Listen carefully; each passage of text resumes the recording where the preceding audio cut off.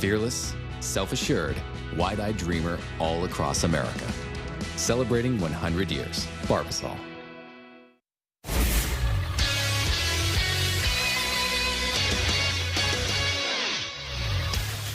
Your ESPN Pensacola Sports Headlines. I'm JP. Stop me if you've heard this before, but Major League Baseball and the MLB Players Association found themselves at odds again Wednesday following a face-to-face meeting between Commissioner Rob Manfred and Union Executive Director Tony Clark, tempering optimism about a potential return-to-play deal between the sides.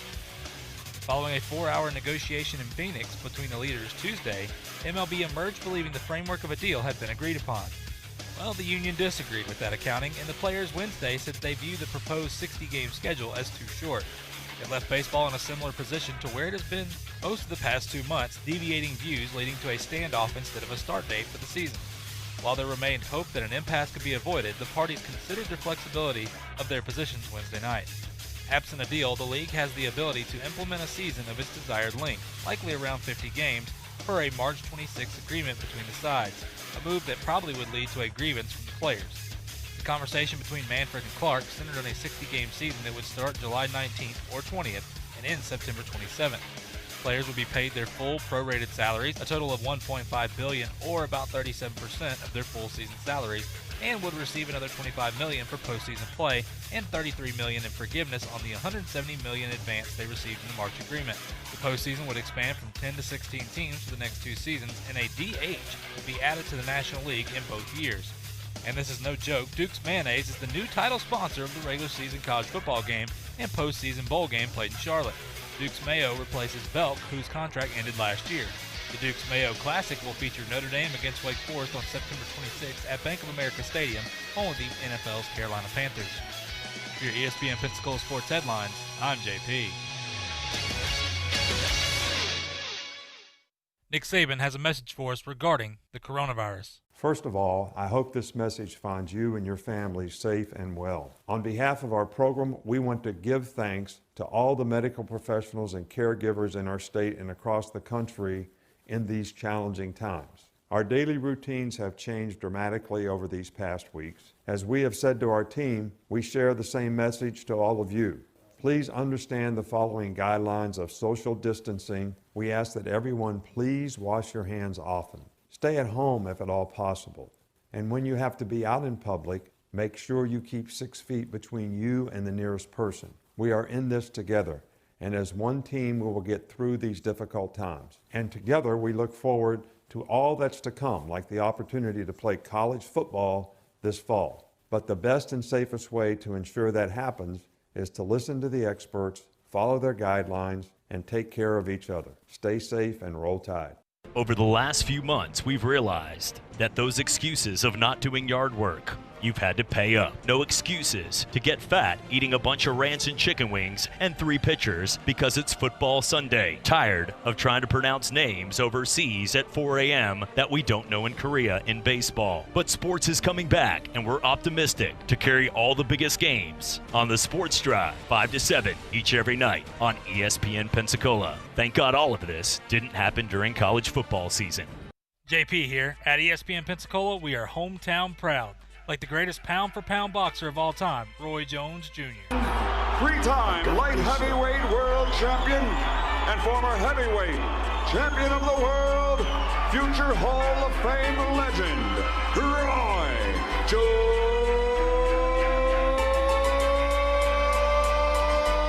Jr. What up? This is your boy Roy Jones Jr. and you're listening to ESPN Pensacola 30.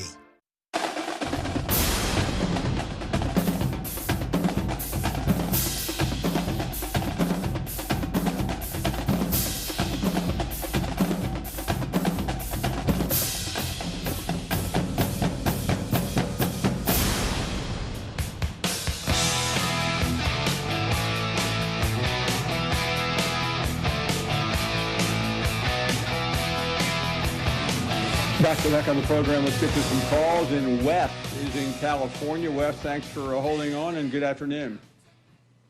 How you doing, Paul? Very First well. of all, like I said, what I want to say to you right now is that formerly being an academic advisor and also a coach, this is crazy that they want the young men and women on campus voluntarily.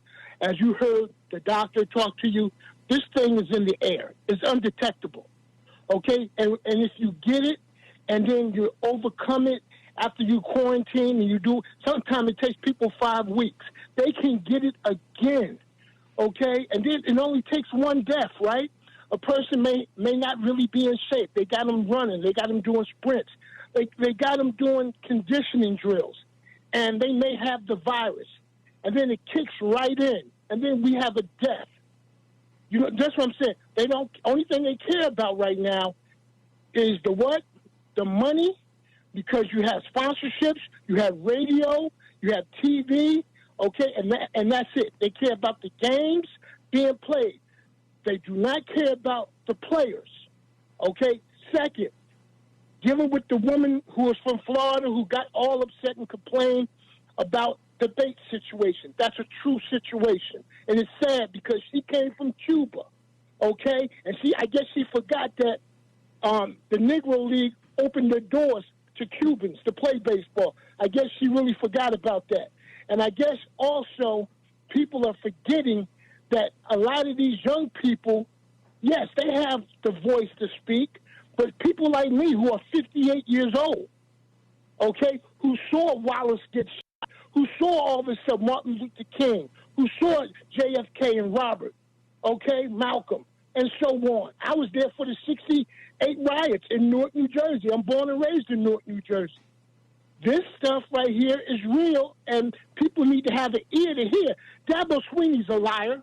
His grandparents and his mother and dad, they didn't give a kitty about black people. And also this guy in Oklahoma State, I got to get educated. Man, wake up. Open up your eyes. You know you've been educated. You know what you see. What you haven't been educated on, but know that you're wrong. And everybody forgets about 1921. There was not a riot. It was a massacre. That's why the government didn't give the people of Tulsa in that town money, because they called it a riot. It wasn't a riot. It was a massacre. Only thing that was a riot was that there were white people looting and vandalizing, terrorist acts being done. And they get on these young kids about that when you see the nice protests. What about the looting? The looting started in 1921 against blacks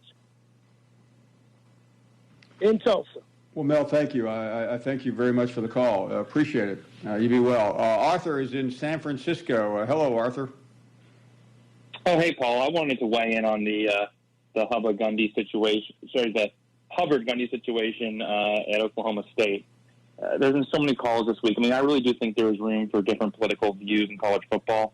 I think global warming, corporate tax breaks, you can be on either side of those or any number of issues. But in 2020, if you want to be a college football head coach, you have to. It is a requirement to support the Black Lives Matter movement. If you don't, you're just simply unfit to lead a team that includes so many African Americans. So when people ask, saying, oh, man, like Mike Gundy, should he lose his job over a shirt? No, it's not the shirt. It's what that shirt calls into question, and that's whether or not he supports that movement. It's been probably really alarming to hear the number of callers on this show who sort of fail to recognize that. And I don't know if it's a failure to understand what's going on or just sort of people enjoying their comfort with the current situation. But that's been a pretty alarming thing for me to listen to this week. I appreciate that, Arthur. Really nice of you to call in. Let's go across the country to New York. Landon is up next. Hey, Landon, great to have you on. Oh, what's up? Thank you.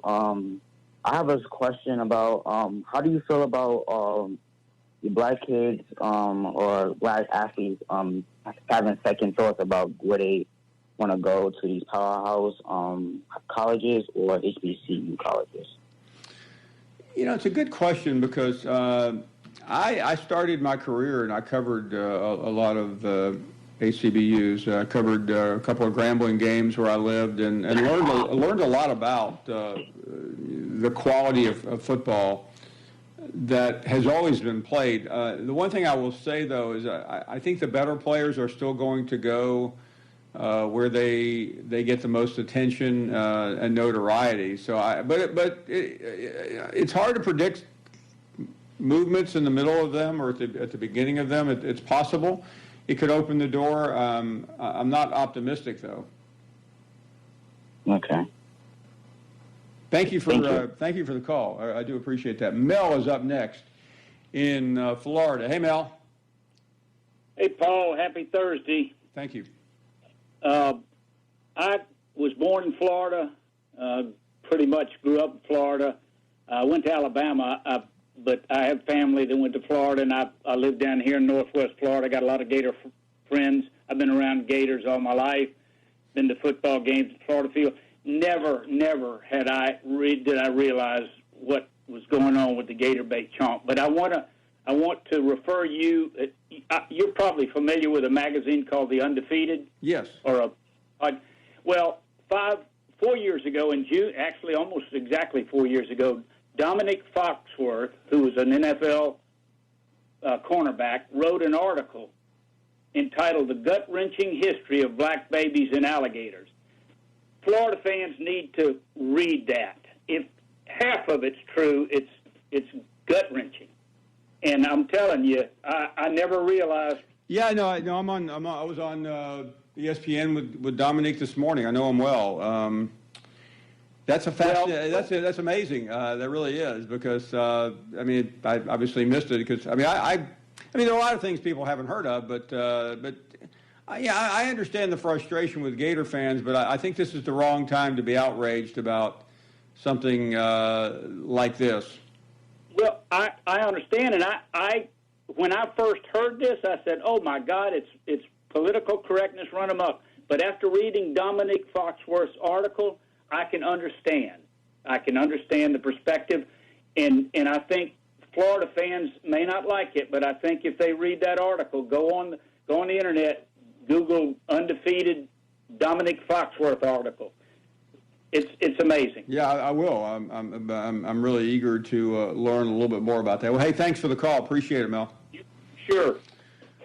Well, we have hit the end of the third hour, and so much conversation today has really been about the upcoming season. We had Bruce Feldman on. You heard Heather a minute ago, and also John Swafford a couple hours ago. He was positive. Don't misunderstand me. He's the commissioner of the ACC. It's one of the most important leagues in intercollegiate athletics, but he did pause, and I think that's smart, because I think college administrators right now who just simply talk blindly about the season, they have to have some caveats, and there are plenty of them out there. Chris Fowler, who is in many ways the face of college football for ESPN and ABC, 25 years the host of Game Day, and now the primetime host on ABC. He will join us in the next hour. We are coming right back.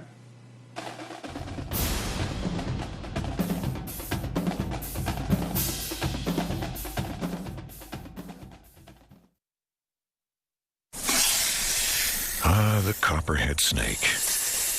It hisses before attacking. But that's not a copperhead. That's the Sullivan's RV freshwater tank overflowing into their black one, which is backing into their vent pipe, making for a very different kind of attack. One that arrives just in time for taco night. It's wild out there. When it gets too wild, Progressive has your RV covered. Quote today at Progressive.com. Progressive Casualty Insurance Company and Affiliates. It's time for some straight talk. Even though most live sports are on hold now, big wireless companies haven't stopped playing games. They're always trying to lock you into overpriced contracts. With Straight Talk Wireless, there are no contracts. It runs on America's best network, same as the big carriers, but you save up to 50%. $45 a month gets you the unlimited plan with 25 gigs of high-speed data, then 2G. You might miss sports, but don't play games, you'll lose. Straight Talk Wireless. No contracts, no compromise. Savings may vary. See terms and conditions at straighttalk.com. For your Gulf Coast Sports Minute, I'm JP. In the third round of the 2020 MLB Draft, the Texas Rangers selected Pine Forest Eagles pitcher TK Roby. The right-handed Roby has 3 solid pitches with a high spin rate fastball at 96+, a potential plus curveball, as well as a solid changeup. For TK, he led the Eagles to their first regional final appearance in 12 years last year and finished his junior year with a 7-3 record along with a 1.19 ERA, 109 strikeouts, and just 10 walks. In our recruiting spotlight this week, Eric Smith Jr. from the Washington Wildcats. At 6'4", 195, even in double coverage, don't think you're going to outjump Smith. The 3-star recruit ranks as the 141st player in Florida and the 147th receiver in the country. He has over 30 offers right now, including Michigan, Virginia, and Ole Miss, to name a few. For Smith, he caught 54 passes for 628 yards and 5 touchdowns last season in the Wildcats' turnaround 8-2 finish. And I'll tell you right now, this young man is just getting started with a program that you better be on the lookout for. That's your Gulf Coast Sports Minute. I'm JP. The teams, the games, the fans, the local talk. This is ESPN Pensacola 1330 AM, 99.1 FM. Some of America's bravest warriors are returning home wounded. Here's one of them. My name is Norberto Lara. I served for 11 years in the United States Army. While I was on a combat patrol in Baqaba, Iraq, a rocket-propelled grenade took my arm off at the shoulder. When I came home, I felt alone. My family was around me, but I couldn't talk to them about what I'd seen and what I'd done. I remember just thinking, man, the way I am right now, I don't want to live. I was discharged from the Army, and I've been working with the Wounded Warrior Project since 2007. You don't have to be severely wounded to be with the Wounded Warrior Project. We do have a lot of guys that have post-traumatic stress disorder. Being able to share your story, I guess it kind of helps you wrap your mind around what did happen over there. Just because you've left the military doesn't mean your life is over. Because when these guys are coming home, I'm kind of leading and training them. Instead of for combat, I'm leading and training them to heal. If I come away with anything from Wounded Warrior Project, it's them giving my life back. My name is Norby, and yes, I do suffer from post-traumatic stress disorder, but I'm okay. Don't suffer in silence. Contact woundedwarriorproject.org. Nick Saban has a message for us regarding the coronavirus. First of all, I hope this message finds you and your family safe and well. On behalf of our program, we want to give thanks to all the medical professionals and caregivers in our state and across the country in these challenging times. Our daily routines have changed dramatically over these past weeks. As we have said to our team, we share the same message to all of you.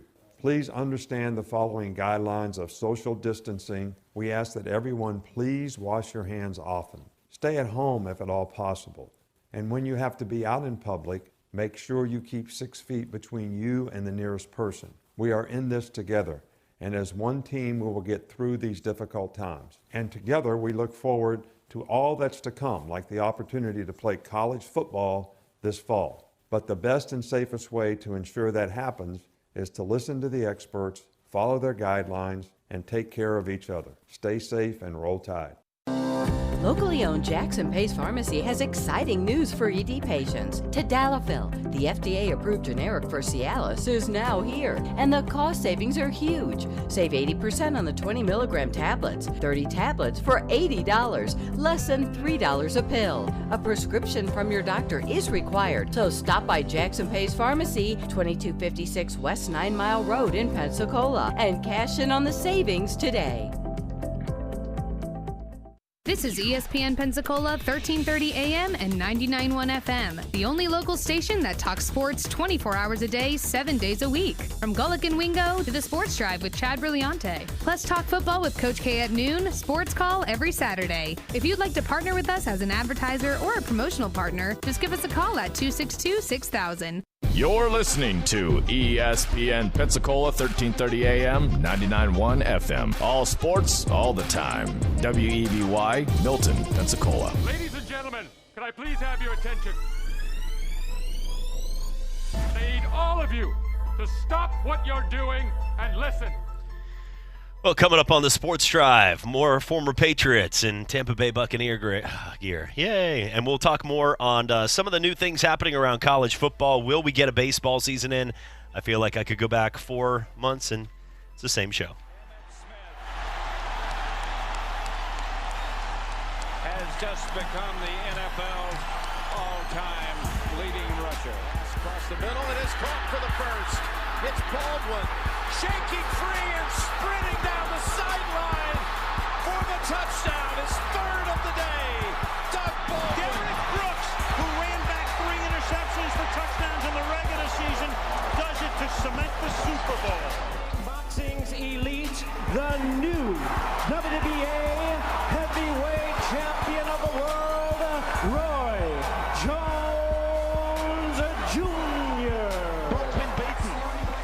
The result that's come up on screens that Gatlin's taken it. Goodness me, it was a blue American vest. 992 the Gatlin. 992 by the American champion to take gold. Another Watson is wearing a green jacket at Augusta.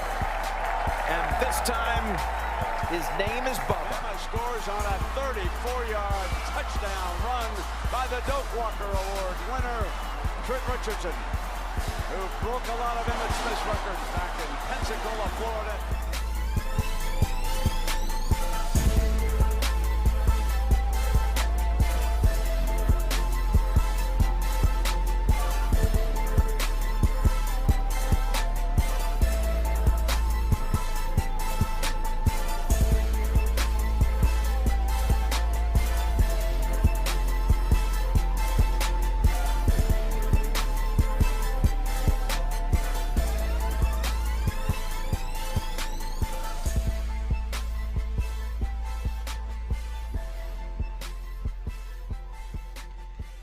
And welcome into the Sports Drive right here on ESPN Pensacola, 1330 AM, 99.1 FM. Simulcast each and every day on Blab TV.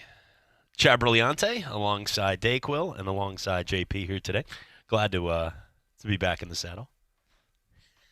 It's been, there's certain things that people do, like with me not sleeping. You know that, like I do. Yeah. I'm the guy that texts people. He's like, well, why is this guy texting me? Does he know it's 2 a.m.? I'm like, yeah, I'm just sitting down for dinner, watching the game. Little Korean baseball. Come on, baby. Fourth meal? Man, last night at like 7:30, out cold. That's a first. Today was doing getting show notes done. Passed out. My neck is killing me. Passed out with my neck like this. It's probably a good thing, though. It's probably my body saying, shut up and sleep for a few hours. You know what? But today is going to be a good day because we have a lot to get to. Positive news on Major League Baseball. Here it is, guys. Positive news. People can hit the ball really far, and people can pitch the ball really fast that other people can't do. That's my positive news. Outside of that, everything else has been garbage with it. Yes, 70-game season was proposed by the players from July 19th to September 30th. $50 million in playoff bonuses. A lot of this is just like, dancing around. It's like the guy, you're at a wedding already. You're not even supposed to be there. You're like the third cousin of this dude, and it's this lavish wedding in like the Biltmore House in North Carolina. And they've got all these hors d'oeuvres. You got things you've never tried, caviar, and you got crab legs over here. You're just going to town on things, and you're a guy that gets up on the mic and is like, I want another song, man. I want another. And you're like, seriously, bro? Like, can we? It's like a $5,000 band. Can we just let them play here? Pretty much what we're having here is they've got everything lined up to work. They even got their full prorated salaries. And they're arguing over pettiness. Pettiness. And they can't get it right. In a time where millionaires are arguing with billionaires. It was when I read these things, because Jeff Passan, Jeff Passan like enjoyed his job. You know those people that like he used to love his job, and now I'm sitting there and I watch his face and you can see like he always had the slick back hair, perfectly side, and he just looks like he's just like, what am I even reporting? We've had a couple days like this. We still sort of do. But you're sitting there going, seriously? So following a 4-hour negotiation in Phoenix, just think about that. Think about if you're on one of those Zoom meetings because everybody's had to do them for like a half hour and you got kids or you got things happening or your AC breaks or something happens in it. Like, that's a long time. Half hour to an hour, you're like, come on, man. Looking at your watch. You got something in the background on. You're like, hey, come on, man. 4-hour negotiation in Phoenix. And got to nothing. We thought it was something. We thought ended up being nothing. Gosh, I'm feeling like yesterday I was, when I was saying I was optimistic for Father's Day coming up here, that we were going to get it done tomorroh. No, I was thinking about that today. I was hoping. I was very excited. Now I feel like the guy that was that only had a couple had already bought some vowels, had only a couple things left. The answer was crystal clear. I was just trying to rack up a couple more dollars on the wheel in Wheel of Fortune, and I spun it with about $13,000. Everybody's clapping the fake clap as it goes around, and I hit the bankrupt. Yep. And the next guy's like, "Let me solve it." And he's only got like $100, but he's like, yes, I know it. And you're like, so did I. I was just trying to get another 500. Like, that's what just happened. We felt like we were that guy with 13,000 that just hit bankrupt. And we don't feel like today we're anywhere closer. This is a complete sham. I swear. This is worse than the ShamWow guy and what happened to him. I mean, this is This is awful time right now. This is awful. I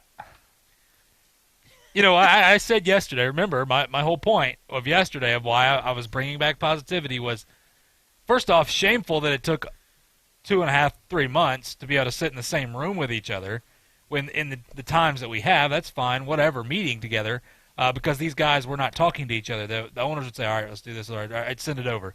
And the Player Association would say, okay, let's do this. All right, no, we're not doing that. Send this back over. And so it's a game of Red Rover, I guess. I don't know. But they finally sit down with each other, and I'm thinking, okay, awesome. And then they come out of there, and Rob Manfred says, listen, we got the framework. We're going to do this. We're going to figure this thing out. Boom, they send 60 games, which I thought was a little low, probably from what the players wanted. But you know what? They got full prorated salaries with that, and not this 80% stuff that they were going to do. So I was like, all right, well, maybe that was their coming to Jesus moment of, all right, let's just meet in the middle here. Nope, not going to happen. And once again, Tony Clark just come out and said that basically he talked to Manfred and said there was some issues with the 60-game plan. And I'm thinking, like, then what was the whole point? Then why would you do that in the room? Like, exactly. Yeah. That's the whole point of a negotiation. You telling me right now that Manfred not once said, all right, what about 60 games? Well, what about, kind of laid it out there, like, what do you think about this? And Clark was like, all right, but we want full prorated salaries. You got it. And you want the ability to sell advertisements on your jerseys to make some more money? Yeah, you got that too. You can have that, but we'll do 60 games, right? Yeah, that'll be fine. And it's like that's what I feel like happened. But obviously, what happened was, hey, so how about this, huh? We gonna have a season? Who knows? What are you eating tonight? That's what it feels like happened. Absolutely nothing. Oh, is that wine? What kind of wine is that? Finely aged, huh? Yeah, tell you what. Get some nice charcuterie with that right there, boy. That's what I feel like happened in the meeting after this comes out now. Like, you got to be kidding me. Now, I always brag on my 4-year-old daughter, but I think if I said, hey, Leighton, I would like you to have 60 Paw Patrol stickers, and I'm going to give your friend 70. Let's compromise. And we compromise together, and the answer ends up being 65. What? How did you get that? Listen, and I think she could do that, Matt, sadly. I mean, it's like sometimes I'm like, whoa, stop. She's putting into like logarithms and other things. Okay, so all of that being said, if you're one of these kind of people that it shouldn't take a rocket scientist for 4 hours that if one side was ready to counter with 70 and the other side gave you an ultimatum of 60 and they thought it was a good one, then just do 65 and walk out. Be like, look, can we meet in the middle? And if the other one's like, no, we can't do more than 60, if you're arguing over those 5 games, at this point, get them out of here. Oh, wow. Look at that. Let's not go to that shot. What the heck just happened here? I don't know if that's live or not, but let's get to that. Look at maybe the Blue Angel behind you. And get that dun dun dun right there. Right there. But I think we just need to understand. Let's not do that again. Is that happening right now? We get out of the way here. There we go. I like it. Now we can look at that shot right there. I like it. Get that back to the one. And I'm proud to be an American. Need to lower it a little bit, but nonetheless. Well, Alabama and Ohio State were able to go out there and make it happen, by the way. Yeah, in 8 years. I mean, 8 years from now. That's what we're getting excited. Like we have some really good football games in 8 to 10 years. Yes. That's very optimistic, my friend, with how things are going. Alabama and Ohio State. Look, if for all those people that talked about it, and there was the memes. People can create memes and other things that are true, but also read between the lines of what it means. When last year, Lovie Smith, Illinois had more top 25 wins than Alabama. That was an actual fact, but that does not mean that if they weren't, it would be at least. Well, I mean, if they played, it would probably be 56 to 3. So. Say what you want. And this is coming from UCF Knight, so I'm used to everybody saying, well, who'd you play? Well, wasn't the best game against Tulsa, but we lost. No, but overall, you need to understand that it's still cool to see this if we even get this. Hey, 2028, based on everything in the news today, might be the first game, man. Might be like the kickoff back to college football here. Let's make it happen right there. Give Mac Jones some eligibility. Got a couple of 30-year-old men out there. Bryce Young by then. You got these guys that are now poised. He's already married with a couple children. Get them ready. Get them strong out there. Alex Leatherwood now is like an adult with a beard out there. And now he's really built for the NFL draft. Come on. Let's make it happen. Come on. By the way, you see McElroy said that Jamie Newman's better than Mac Jones. It's not even close. Why? He's just talking about the upside and the talent and everything. He was like, yeah, I mean, Jamie Newman, he is, it's not even close, the conversation between those two. Like, you can bet your bottom dollar he will not be getting an invite to Tuscaloosa after making those comments. Like, that is insane. And then the other news, too, with the Florida Gators. At this point, it looks like the Gator bait chant is going to be dismissed. Now, this is something that when you read into it, the famous Gator bait chant performed by the Gator Band and all the associates. I've done it. My whole family are Gators. We did it. The change in racism. Now, a lot of people would say, where did this come from? Now, this was the president of the school. He said, while I know of no evidence of racism associated with our Gator bait cheer, he goes, there is a horrific, historic racist imagery associated with that phrase. He said, according to University Athletics and Gator Band, we will discontinue this cheer at this point. So, I mean, it's one of those things. I think most people hear that today and we're like, okay, this is getting out of control. I think that's the first reaction. I think that's fair on both sides. I sat there with my best friend growing up was black, and we went to the game. He ended up actually getting a chance to play. He went to a different school. He did not go to Florida. He ended up going to University of Illinois. But it's funny, they're getting a lot of love today. But they were sitting there, and he did it as a Gator fan and wouldn't ever think twice that this had any. Most people in the stands have no clue. I mean, if anything, you're thinking you're doing it against your rivals. Like when you see somebody like if you see this across, like if you're at a restaurant, you're thinking that you're either the guy walking into the room that had that happen to him was either like a Georgia fan, a Tennessee, or a Florida State fan. Like, Jerry! Nobody ever was like, honey, we got to leave this. That's a racist man over there. But today, with the background of it, they changed it. Like I said, do I think we're personally, I wouldn't even have known. But if people, here's the thing. If people are offended, I've always said this too. If people are offended of something and they're the direct ones being offended by it, meaning that I'm not just sticking up for a cause I have nothing to do with, then people need to listen. Me saying this is what I think of Black Lives Matter does not mean the same as what Fred Robbins or Adrian Stills is going to join us here, or any El Rico who sat in this seat next to us, or Fred Barnett, or all of our guests that we have each and every week in here. It means something different because they, for 30, 40 years, have dealt with that every single day of their lives. I don't know what it feels like to go into a convenience store in a city where people are going to start eyeing you, thinking you're going to steal the candy, and things like that are happening. They do. And that stinks. But for this, I wouldn't even have known. But if there was enough people out there, and I don't know all the details of this, but if everybody out there was saying, hey, we need to change this, then the president made the right move. And also, I would have to say, I hope Florida Gator fans understand, is they still should be able to go out there and do the chomp and 2 bits, 4 bits, and everything else that goes with it. They're just not going to sing, da, da, da, Gator Bay, and do that every time. So that's basically what it is. I agree. It's one of the things that, listen, me personally, I wouldn't have known, but you know what? I was informed a little bit about it.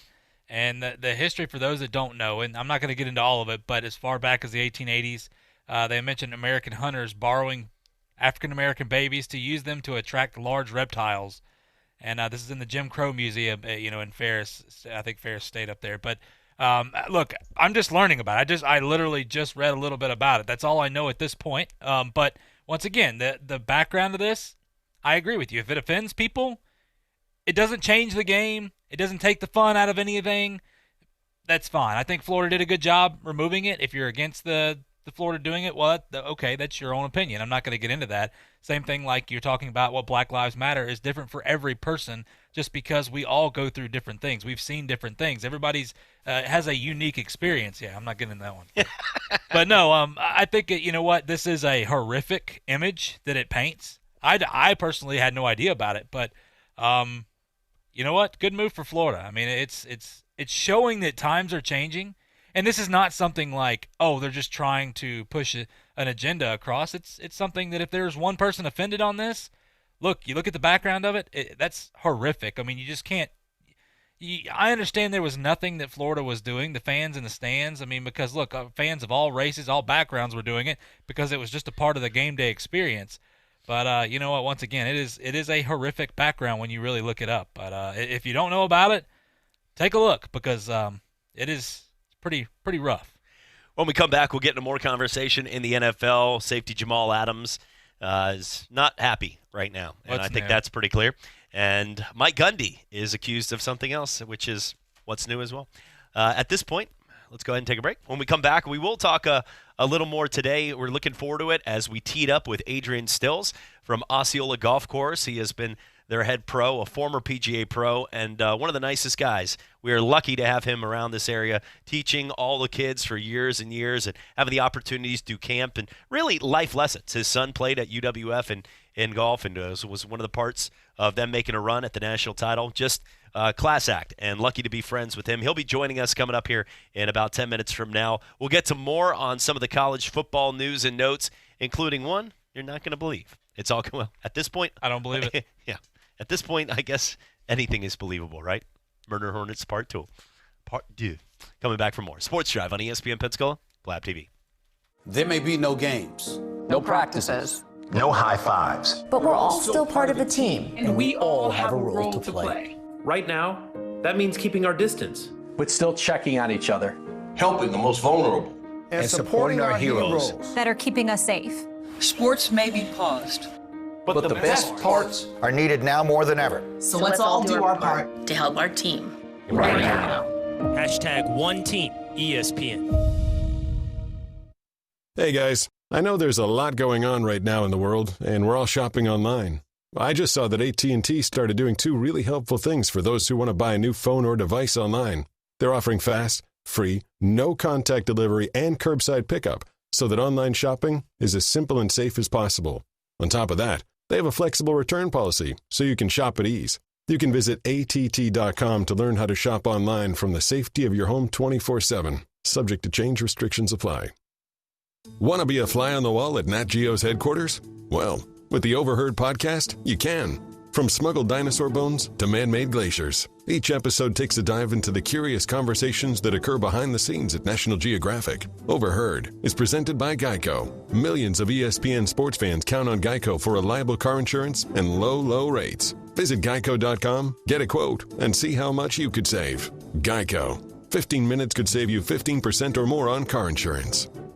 Look, chicken restaurants are nothing new. But if you're saying, been there, done that, it tastes like chicken. Well, if your friends offer you a brand new convertible or a broken down station wagon with 3 wheels, do you say, hey, they're both cars? Well, the people have spoken. Mr. Pollo on 9th Avenue was voted top 100 places to eat in the country by Yelp at number 61. Making chicken great again, America. It's that good. Try it and you'll be hooked for life. The freshest ingredients and the perfect catering for any big party. Mr. Pollo. It means chicken.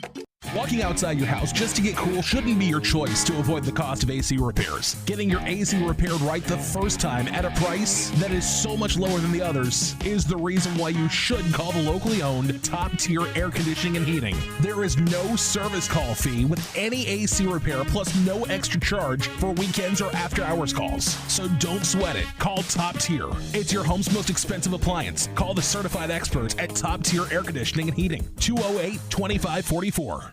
Imogen and I started Jewelers Trade Shop in 1956. Our goal at Jewelers Trade Shop has always been to give our customers the best experience imaginable. It's something that my grandfather instilled in my father, and without a doubt, my father has passed on to me. Those basic core goals and values that shaped our business 56 years ago are still very much alive and a driving force behind Jewelers Trade Shop today. For 3 generations, the story continues. Jewelers Trade Shop in downtown Pensacola. In Pensacola, local and national sports live here. Catch the play-by-play of every game of the Pensacola Blue Wahoos and your national champion West Florida Argonauts football team. Your local high school football games during football season are here, along with the best local sports talk in the biz with Talk Football and the Sports Drive weekdays and Sports Call every Saturday. When it comes to sports radio, there's only one place. ESPN Pensacola, 1330 AM, 99.1 FM. We do sports, and that's all we do.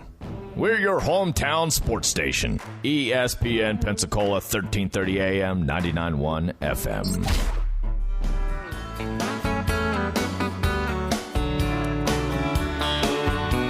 The sun is hot and that old clock is moving slow, and so am I. Workday passes like molasses in wintertime, but it's July. I'm getting paid by the hour and older by the minute. My boss just pushed me over the limit. I'd like to call him something, I think I'll just call it a day. Pour me something tall and strong, make it a hurricane. And welcome back, Sports Drive on ESPN Pensacola, 1330 AM, 99.1 FM. Isn't it, this wins the most Skip Bayless award today? Skip Bayless is followed by 2.9 million, to see what he's saying on Twitter. How many people do you think Skip Bayless is following? Wait, I saw this. It's not very many. No, it's one. Okay, that's what I think. I read an article. Fake Skip Bayless. That's awesome. Just to see, like, that's a just pretty much fake Skip Bayless. Is that him? Well, I'm sure it probably is. His own account. I bet it is. It was 0 the other day, and then it went to 1, and he's following this guy just to see what he says and comes back. But that's hilarious. That's such a Skip Bayless move to do out of anybody in the world. Some people fit, like, you know, the guy that comes in and he's way too loud on a Bluetooth. And I want to say, like, Bluetooths, they actually have a purpose. If you're I've had moments when I'm in the car and I'm like, Mom, I've got hot coffee, and I'm trying to move around, and it's too much stuff going on. If you're one of those kind of people that is always on calls, they serve a great purpose. That's why they were made. Sort of envy those people when I got a bunch of stuff in my hands. We've all had a moment with our phone where you try to squeeze it in between your ear and your shoulder, and you either drop it or you're trying to get groceries in with it, and you're like, I'll call you back, and then you get frustrated. But the guy at the mall that is having these lackadaisical conversations over, like, happy hour, get him out of here. Guy that's way too loud, Jerry! always followed by the fake laugh. Jerry, come on over here. What are we doing today? 2 for $1 margaritas. Every day at my house, my new machine over here, and you're trying to have dinner with the family. You're at one of these, like, nice, kind mom and pop places. Like, it's like an Italian restaurant with the music playing in the background. Billy, hey, still good for racquetball? Still doing it this weekend, bro? And you're like, okay, this is not a Bluetooth conversation. But that's sort of like, but you can tell after a while, if that guy left the parking lot and he got into a yellow Hummer, most people would be like, yeah. Makes sense. Makes sense. That's so Skip Bayless of this. Yeah, makes sense. Just wanted to share that today. Looking at the situation going on right now with Alabama and some of the players, they were the first ones in this area when they tested positive at 5 players. Texas had 13. There's been a lot of teams. SMU, look, maybe it's God's way from the death penalty back in the 70s, but they had nobody. Or maybe they didn't. Maybe their thing was like, whoops, their doctor. He's just like, yes, you're all good. Doctor, you haven't even swabbed us yet. Just leave the room. Get out of here. SMU, as long as they sign the waiver. So as long as they sign the waiver, you're good. Get out. They're like, we're playing football this year. Come on. That's my Shane Buechele, at quarterback. He's actually getting Heisman potential here. You know what's funny is if you had to pick between him and Sam Ehlinger, I know Ehlinger's getting the hype, but really the guy that Ehlinger's loudmouth. But that's why I think a lot of people like Buechele's actually a better quarterback. He is. He really is. I just look at it and say, the one thing we're not seeing with any of these reports is how many people are getting it and how many people are, like, leaving the field, throwing up and doing these things. And I'm not when I say this, I fully understand that it's not just about that. Because if they go out there and they hang with a couple of the coaches or the AD who's in his mid-70s, or a couple of the former players, like if Coach Stallings comes down to watch a practice, which he probably shouldn't at this point, but if they're down there, then they can spread it. I get all of that. But also, just like anything, where if you see that place next to a power plant and there's a little beautiful lake right there that might have, quote, a little bit of green water. You see the toxic ooze coming out of the dump. and it says on the sign, swim at your own risk, with like handprints that look like blood streaks like going down, like swim. Jason Voorhees is waiting in the back like, yes, this is my chance. Like all of that right there. If you go out there and swim next to the three-headed fish, if you do that, that's on you, bro. Like at that point, don't come back and be like, what's Not just happening, 2 heads, man? 3 heads. What's happening to my skin? Like that, people need to understand at this point, if you are of that age and people are testing positive around you, then we've got to figure a plan out. But to cancel a football season overall, where not one athlete that I saw in any of these reports across the country in their 20s and 30s is at the point of any risk. Now, that doesn't mean that one or two cannot. But I would, if that's the details. I keep seeing this 13, 5, 8, 7, 8 players positive. We can't have a season. Okay, are they what? So they're positive or are they sick? Because there's a big difference. I've got a couple things on this, and one, I'm not going to that one. Still don't know what the heck is going on with this. It's a Blue Angel shot, man. I like it, man. Get out of the way there. Your face was a second tier to that Blue Angel shot. It's true. Listen, it was. Well, it's blurry. Can you scoot out? Yeah. Why don't you move over a little while you talk so we can get just? Yeah, there you go. We're good now. We'll go to that shot. All right, here we go. All right, so everybody listen up. This is the Blue Angel talking. No, but once again, so the thing that I have to question why people aren't mentioning this is a matter of these players. There's so much responsibility on their plate because let's use common sense, people. Don't do that today, I know, but listen. Get out of here with that. So let's take a country and the population we have in the country. Okay, so let's break it down to however many. It's 120 or 150 people that are a part of this facility that's going around, from players and all this other stuff, coaching staff, other people. They're sanitizing everywhere basically you go. Okay, so people say, well, they're just trying to push forward because it's the money. Okay, understanding that, I heard a caller on Feinbaum that talked about it, and I know enough said on this, but talking about what's it going to take a player to die? Thank you, because you know what? You're proving a point on this.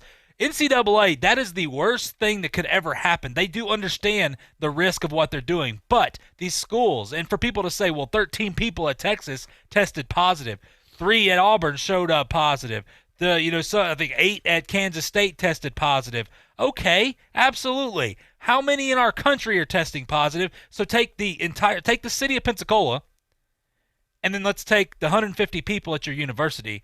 These people are basically they're trying to keep these guys in a bubble, which apparently Fauci said that's the only way you can play is in a bubble. I'm not listening. Look, I respect the heck out of the guy, his background, whatever, but he's been so wishy-washy on this stuff. It's like MLB baseball. Like, you're telling me one thing, and then I'm hearing another, and then one day this, one day that. I'm not going to get into that. But what I will say is it is so important for people to understand you're basically containing this small group of people. The fact that people test positive is not the end of the world. It's going to happen, obviously. But I will say this that nobody's talking about. These players aren't watched like hawks when they're out. This is throwing me off. Yeah, just go. The people aren't watched like hawks when they leave. There is, for people to say, well, them signing the waivers, they're basically bullying these players. No, because let's make one thing clear. These players have more of a voice now than they ever have before. The players have the same opportunity to say, no, we're not doing it. Well, if they say no, then they get kicked off the team. Not necessarily. They might. But it's the same thing. If you go to a job at a chemical plant and you show up to work every day, you understand the risk. You don't have to work there. You don't have to. You understand the cautions that, God forbid, something happen, you could lose your life. But with that, you show up to work every day because you're working, you're getting paid, you're working towards something better. You're moving forward. Use common sense in this. And the other thing that I will say, these are college kids. So with 13 tests positive at Texas, I question what is truly going on there, not necessarily with the organization, because I trust these organizations, I trust these schools, because you say it's about money, they understand. If it is about money, think that they're taking every precaution to make sure this happens.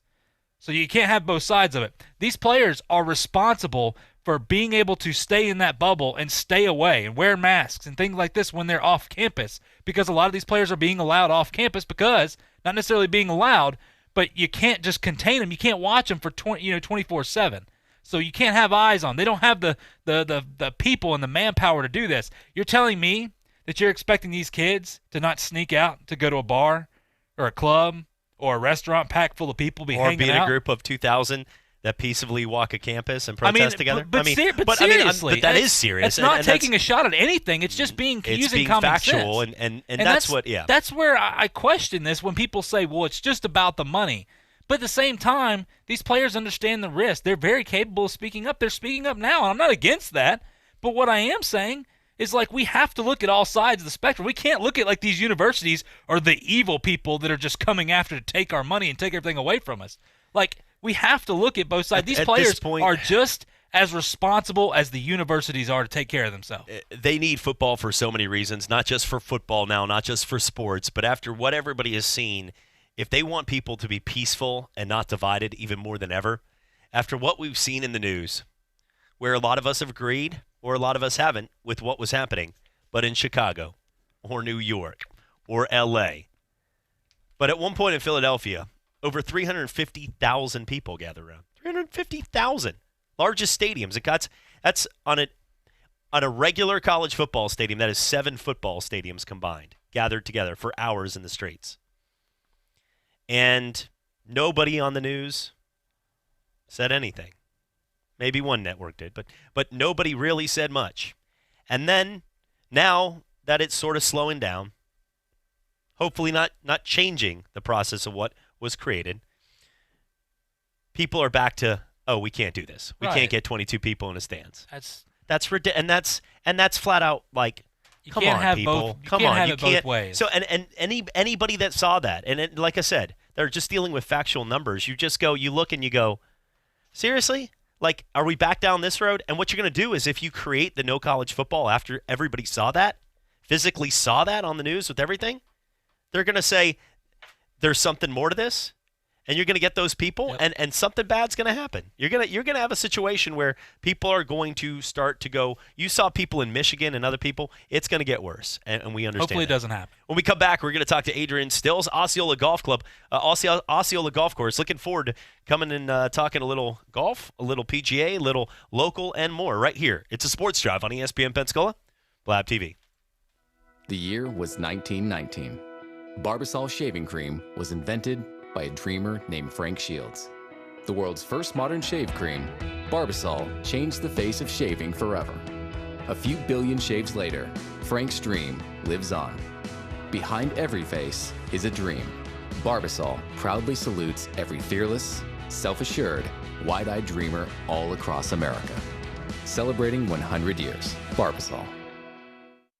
Hey, seafood lovers, Shannon's Seafood Kitchen is open with dining inside and outside, as well as touchless curbside pickup. The best catfish this side of the Mississippi, homemade gumbo, jumbo fried shrimp, hand-rolled Filipino-style lumpia, po' boys piled high with fresh seafood, coastal fried flounder, and fresh mullet every day. They continue to take precautions for your safety, whether you dine in or take out. Open Tuesday through Saturday at 11, 7000 Pine Forest Road, or call 941-1982. Shannon's Seafood Kitchen.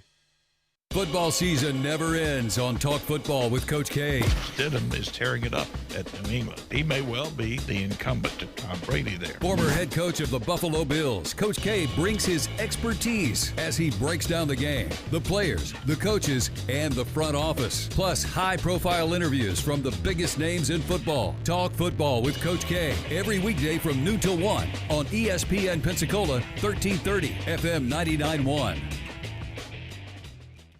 Diabetes, high blood pressure, anxiety meds, everyone's on them. If you're a 50-year-old male, maybe a bit beefy, and you may even have type 2 diabetes, $1 million of term insurance may only cost you about $200 a month. Call Term Provider. Speak with Big Lou at 800-285-4954. Big Lou will find a term life policy for you even if you have type 2 diabetes, are overweight, or have high blood pressure. Term Provider has helped thousands of people like you who think they can't afford term life insurance. To buy $1 million of affordable term life for you, all you need to do is call Big Lou at 800-285-4954. Lou will make sure the scales are tipped in your favor. Call 800-285-4954. Big Lou will answer your call and work to fit you into a term life policy that you can afford. Remember, Big Lou's like you. He's on meds, too. Call 800-285-4954. 800-285-4954. Just felt there's a huge need in Pensacola to bring foot and ankle services, specifically orthopedic foot and ankle services, to this area. There's so much growth in Pensacola. I wanted a freestanding orthopedic foot and ankle center to do this, and as far as I can tell, this is the only one really in the country that's freestanding. Most orthopedic surgeons are part of a multi-specialty group. So we offer on-site x-rays, on-site CT scan, and on-site MRI. They can come to one place. Visit NielsenOrthopedics.com to reserve your appointment today. You can watch Chad on the Sports Drive live right now on our YouTube channel at ESPN Pensacola 1330.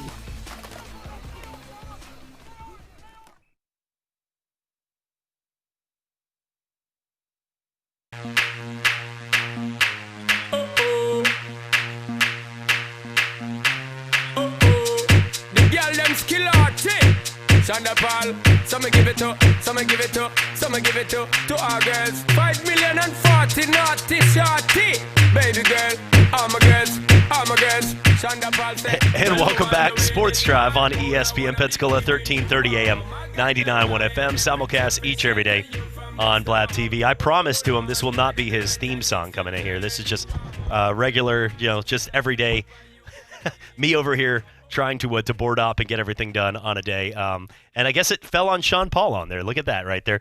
Joining us as well, and Adrian, I'll help you get that headset on here in a second. If you want to flip it over in reverse, that could take down that table over there too. You are in the danger zone over there. So you also have the box over there that can control it. So if you want to turn it down, you're on my hearing, which is probably extremely loud for you right now. But if you want to get it all queued up and ready to go, we'll make that happen. And are you good to go? I'm good. Look at you. Good. Look at that. Look at that. It usually takes me a couple times, and I've done this for 10 years. Adrian, it's great to catch up with you. I know we talked a couple days ago. For the folks out there, Adrian Stills, Osceola Golf Course head pro, a guy that if you've been around the game of golf, if your kids have had summer camps, anything from just all the charity work that this man does, we are blessed to have him in the community. But I know your life has been pretty exciting in a game that many, many moons ago somebody said, hey, you know what, we're going to play with this old stick in Scotland and we're going to social distance to get away from people. Then all of a sudden, everything happens with COVID and golf shuts down, which people are going over here like, ooh, me in the corner, right, saying, we did this too, social distance. So and I know a lot of the golf courses were some of the first to come back and a lot of changes, but how has your life been over the last couple months? Well, you pretty much described it pretty well. It's been crazy. It's been tough for everybody, but from a golf standpoint, it's one of the easiest sports in the world to keep the social distancing going because most people don't hit it in the same spot. So we've been extremely busy. Which is a good thing. Golf course is in great shape at Osceola.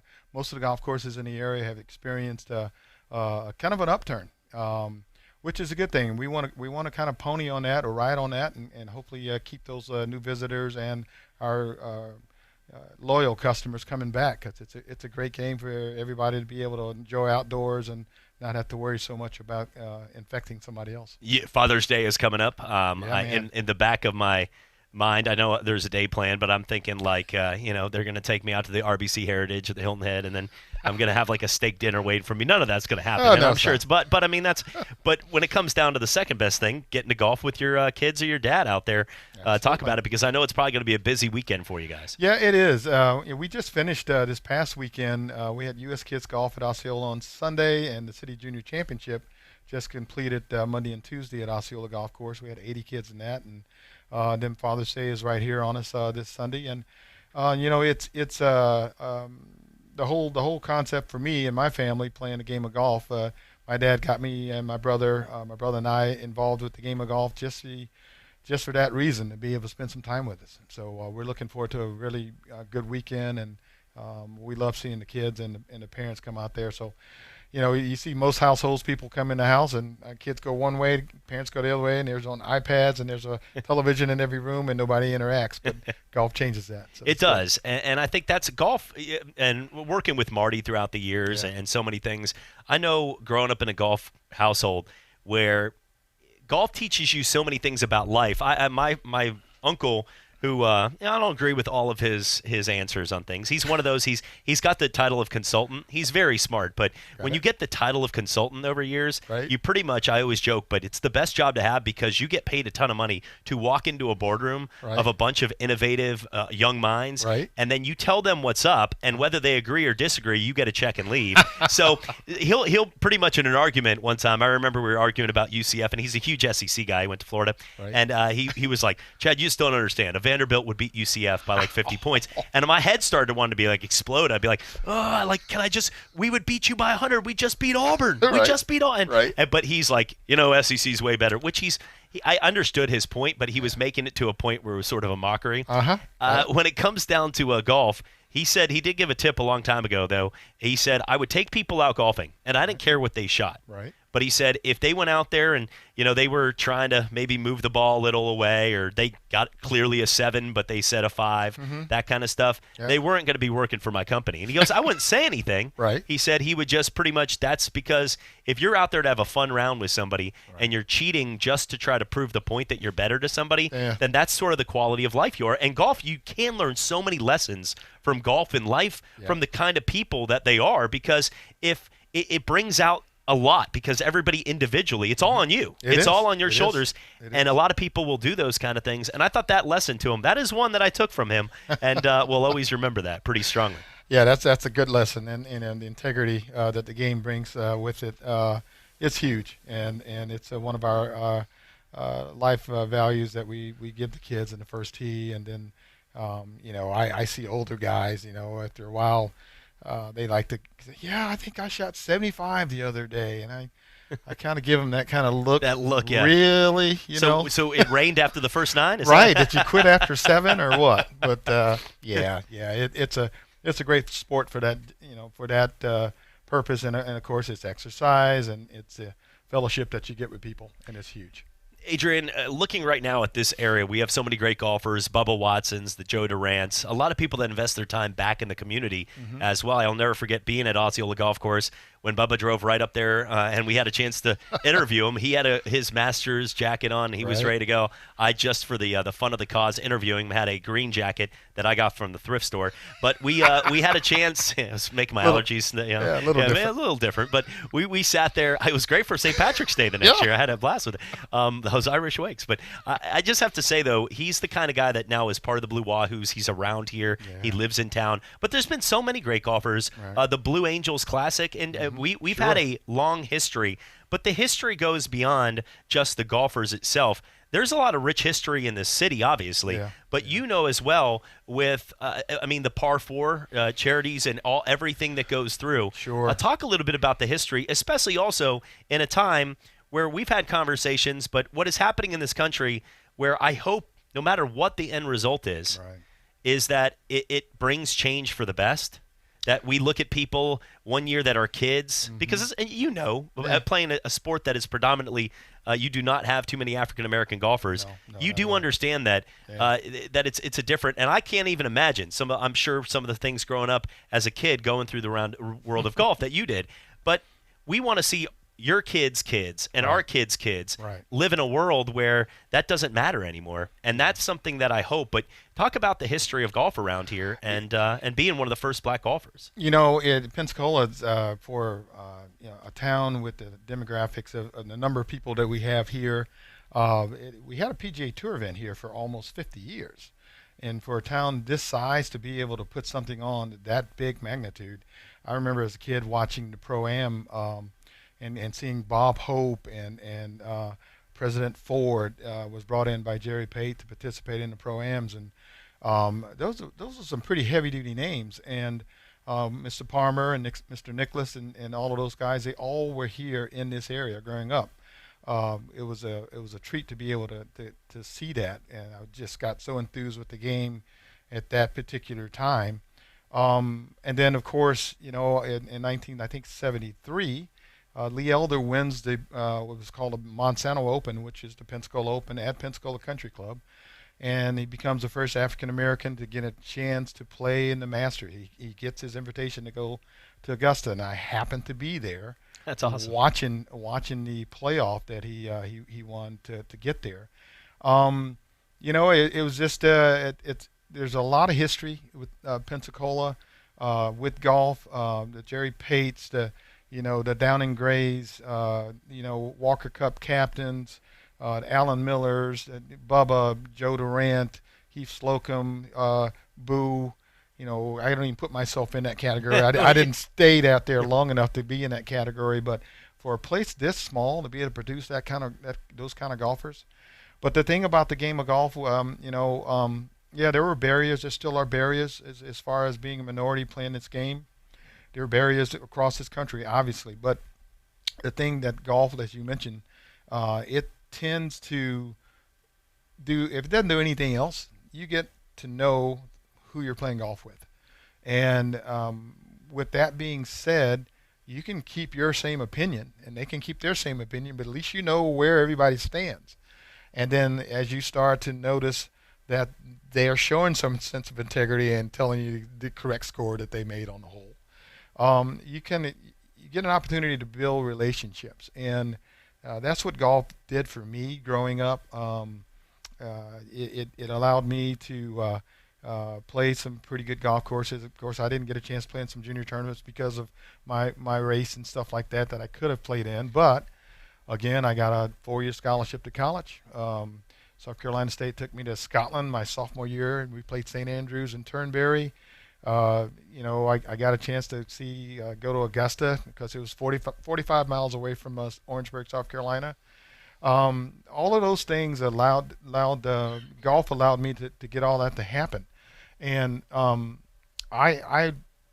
excited about the possibilities of what this game can do, opening up kids' minds, because whether you want to or not, eventually they're going to form their own opinions. And if they're out playing golf with someone and they don't know them, but they played 18 holes with them, sure, they're going to be predisposed of ideas from their parents, and it may be good ideas, may not be great ideas, but there's an opportunity to form some kind of relationship. Well, and it truly is, and I think one thing, no matter who you are in this country, in the world, I think one thing that anybody in their life, 35-year-old, we joke, JP, he's 29, so I say you youngins until like another month when he turns 30. Right. And my wife is 36, so we have a big funny joke in that one, like, oh, you all those years of experience. She's like, shut up, in 2 months we're the same age. But Adrian, one thing we need to understand over time, or anything from when our grandparents in the World Wars, that one of the biggest things in life is what you learn at an early age, between not only your parents, but the people you surround yourself with. Sure. I always look at it in coaches like yourself. But Adrian, I spent more time between the age of 13 to 20 in travel baseball and playing sports, where I was with my coaches more than I usually saw my family, because you'd go to school at 7:30, 8 in the morning. Sure. You'd have practice till 7 at night. Sure. Then you usually, once you got older, you're like, I'm going to head out, and your parents are like, just be careful, and you know that answer, and with kids in college, and it just gets to that point, though, where you have people that are setting each and every part of your life. You have people that are developing you into somebody that you're going to be. And that's where you get your lessons. Now, you can drift this way, or you can get part of that group, or you can be convinced one way or another. I mean, I frankly think, and I'm always honest on the show, but even going right now into our election, I think there's a lot of people, doesn't matter, Democrat, Republican, anything, I think there's a lot of people that look there and say, I've got to pick a side. Because they might not believe the values of both the men that are going to go there, but we're saying, hey, got to be on one side or the other. And we've convinced our brains that you're for this or that. When that guy, if he had nothing to do with the president, you go, is that really what I would want to do? Like, that's the kind of stuff, though, we understand that we are a society that reads the headline and not the paper always. But you get to install those lessons, and I know you've done that with your kids as well in this area. But I hope that's one of the biggest things is when you go down to Osceola Golf Course and all around here with the golfers, Adrian, what you guys do is you truly make these people, all people that come there, better people first than just golfers. And I think that's the number one thing about golf is only a very few % are ever going to get to become the Bubbas. The rest of the people can use golf for so many platforms in life to become something special. Sure. No question about it. I mean, it's not, the first tee is not about trying to develop kids into PGA Tour players. And you struck a really important point, the people that you're around, the environment that you're in. And if you're on a golf course, as a kid, they dropped me off at the golf course at 7 in the morning in the summertime, picked me up at dark. And so all of my friends, we played 36, 54 holes a day. And I mean, some of those guys are still good friends of mine. John Laird is at Edwin Watts, and the Kenny Zuches and all of these guys. I grew up with those guys. And the thing about it was, we were out there trying to get better, being competitive. And, for a short time, we put aside what we looked like. It was all about, hey, you're going to play in a Divot Derby, you're going to play in this tournament, that tournament, what'd you shoot today, da-da-da-da-da. And granted, the world is always going to peek its head back in there. But with that being said, it at least allowed us to kind of break down a few barriers. I'm sure they had never met anybody like me before. And of course, I went to St. Joseph's grade school, and I ended up going to Catholic High and high school. So it's a great game for just doing that, building relationships, getting an opportunity. You're around people.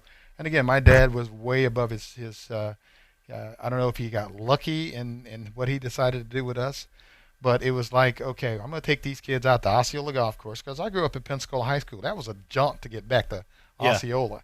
And I was dropped off. What am I going to do? I can't walk home. Okay. So I just played golf every day. I made friends, and it just went from there, and it stuck. And it is amazing how my kids did not play golf when we lived in Orlando. I worked at a 5-star teaching resort. Tiger used to do all his commercials there. Joey and Justin, they played soccer and they played basketball. We moved to Pensacola. We started the first tee chapter. I was lucky enough to be an executive director. Boom, they come out, they see kids their other age, and then all of a sudden I come home, there's divots in my pool. They're hitting balls all over the place.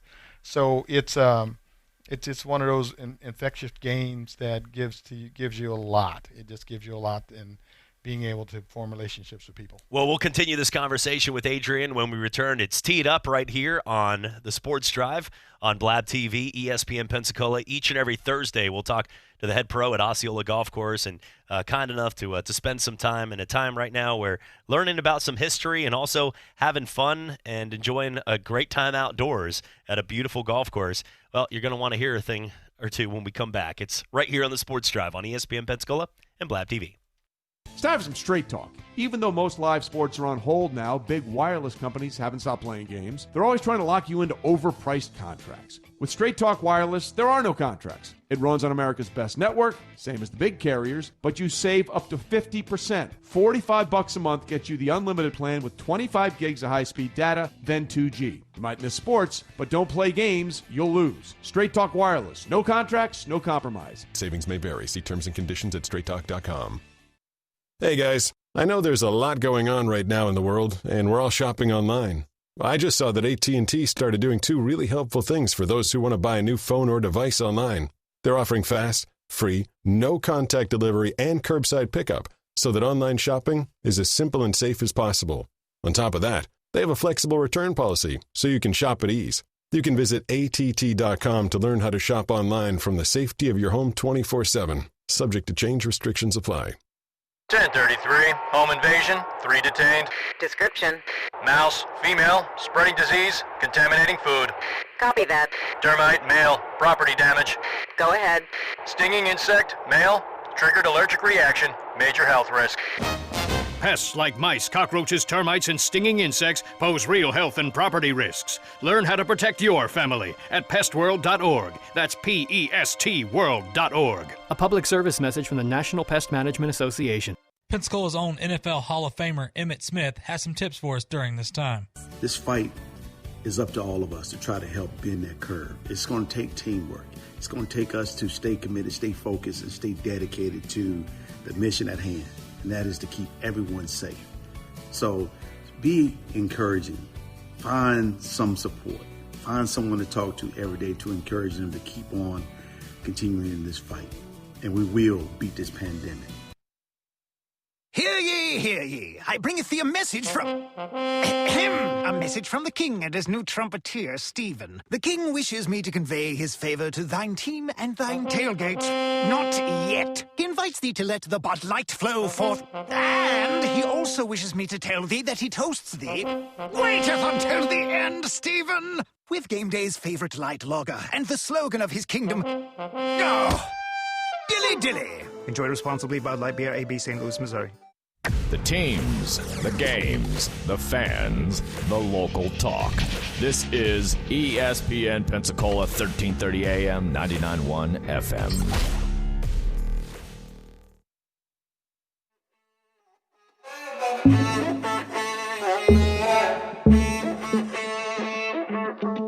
To be young and in love in New York City.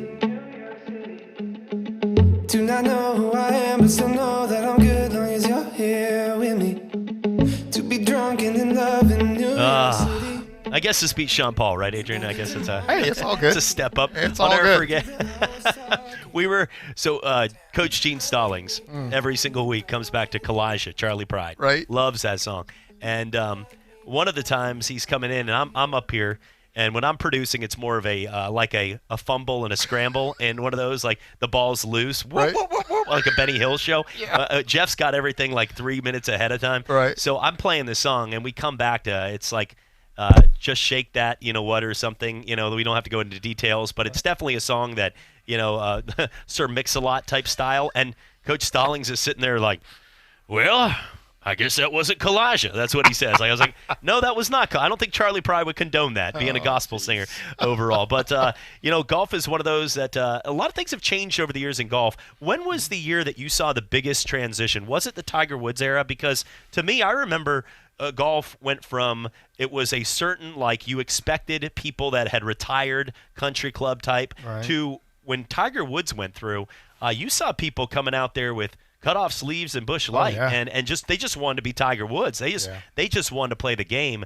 Has there ever been a movement, because you lived and you saw Jack and Arnie and some other guys, but do you believe there's a bigger movement, not just in golf, but in any sports, what Tiger Woods did during his time on the PGA Tour? It's still there. Yeah, I was talking to somebody the other day about that, and I don't, Mr. Palmer was amazing. I was watching an old Golf Channel show, and AP in his day, he was pretty chiseled. He was. He looked good out there. He didn't need an army behind him. No, he didn't. He didn't.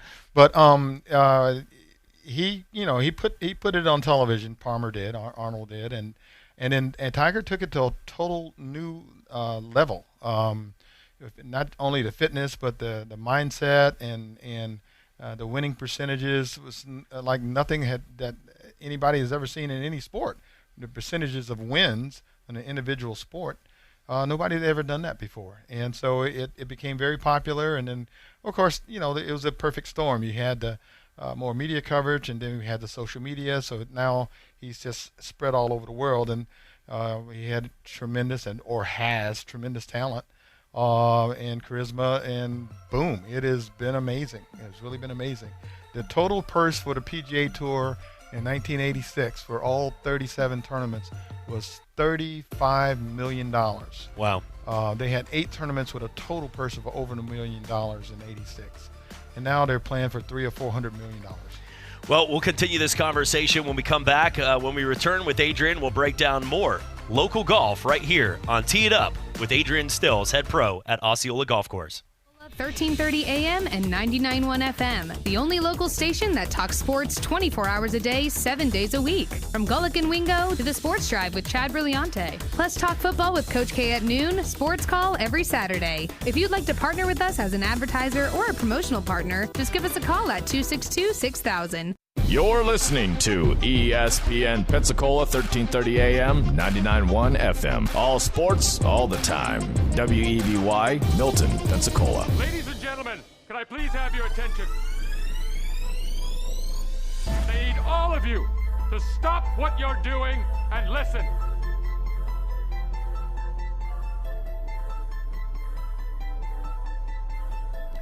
Coming up in the second hour of the Sports Drive, we'll talk more golf. Tee it up every Thursday with Adrian Stills, Osceola Golf Course. Get some rich history of the area and also get into more on why Major League Baseball needs about 15 more meetings to think of something that one of those old, like the cow says, you think you could figure out in about 5 seconds.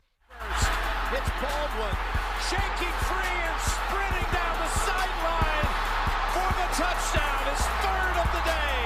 Doug Baldwin. Derek Brooks, who ran back 3 interceptions for touchdowns in the regular season, does it to cement the Super Bowl.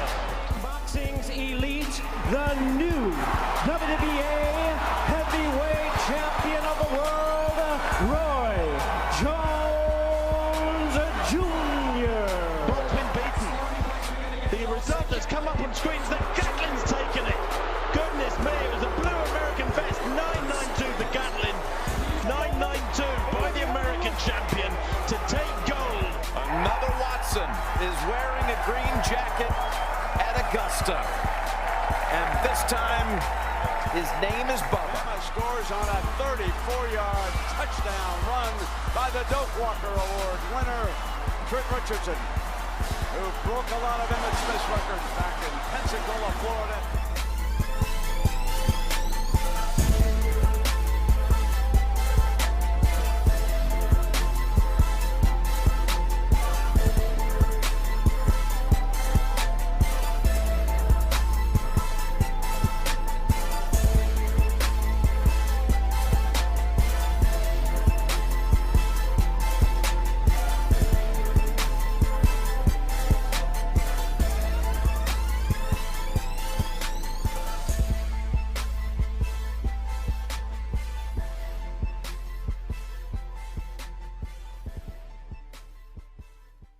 And welcome back. Sports Drive on ESPN Pensacola, 1330 AM, 99.1 FM. Simulcast each and every day on Blab TV.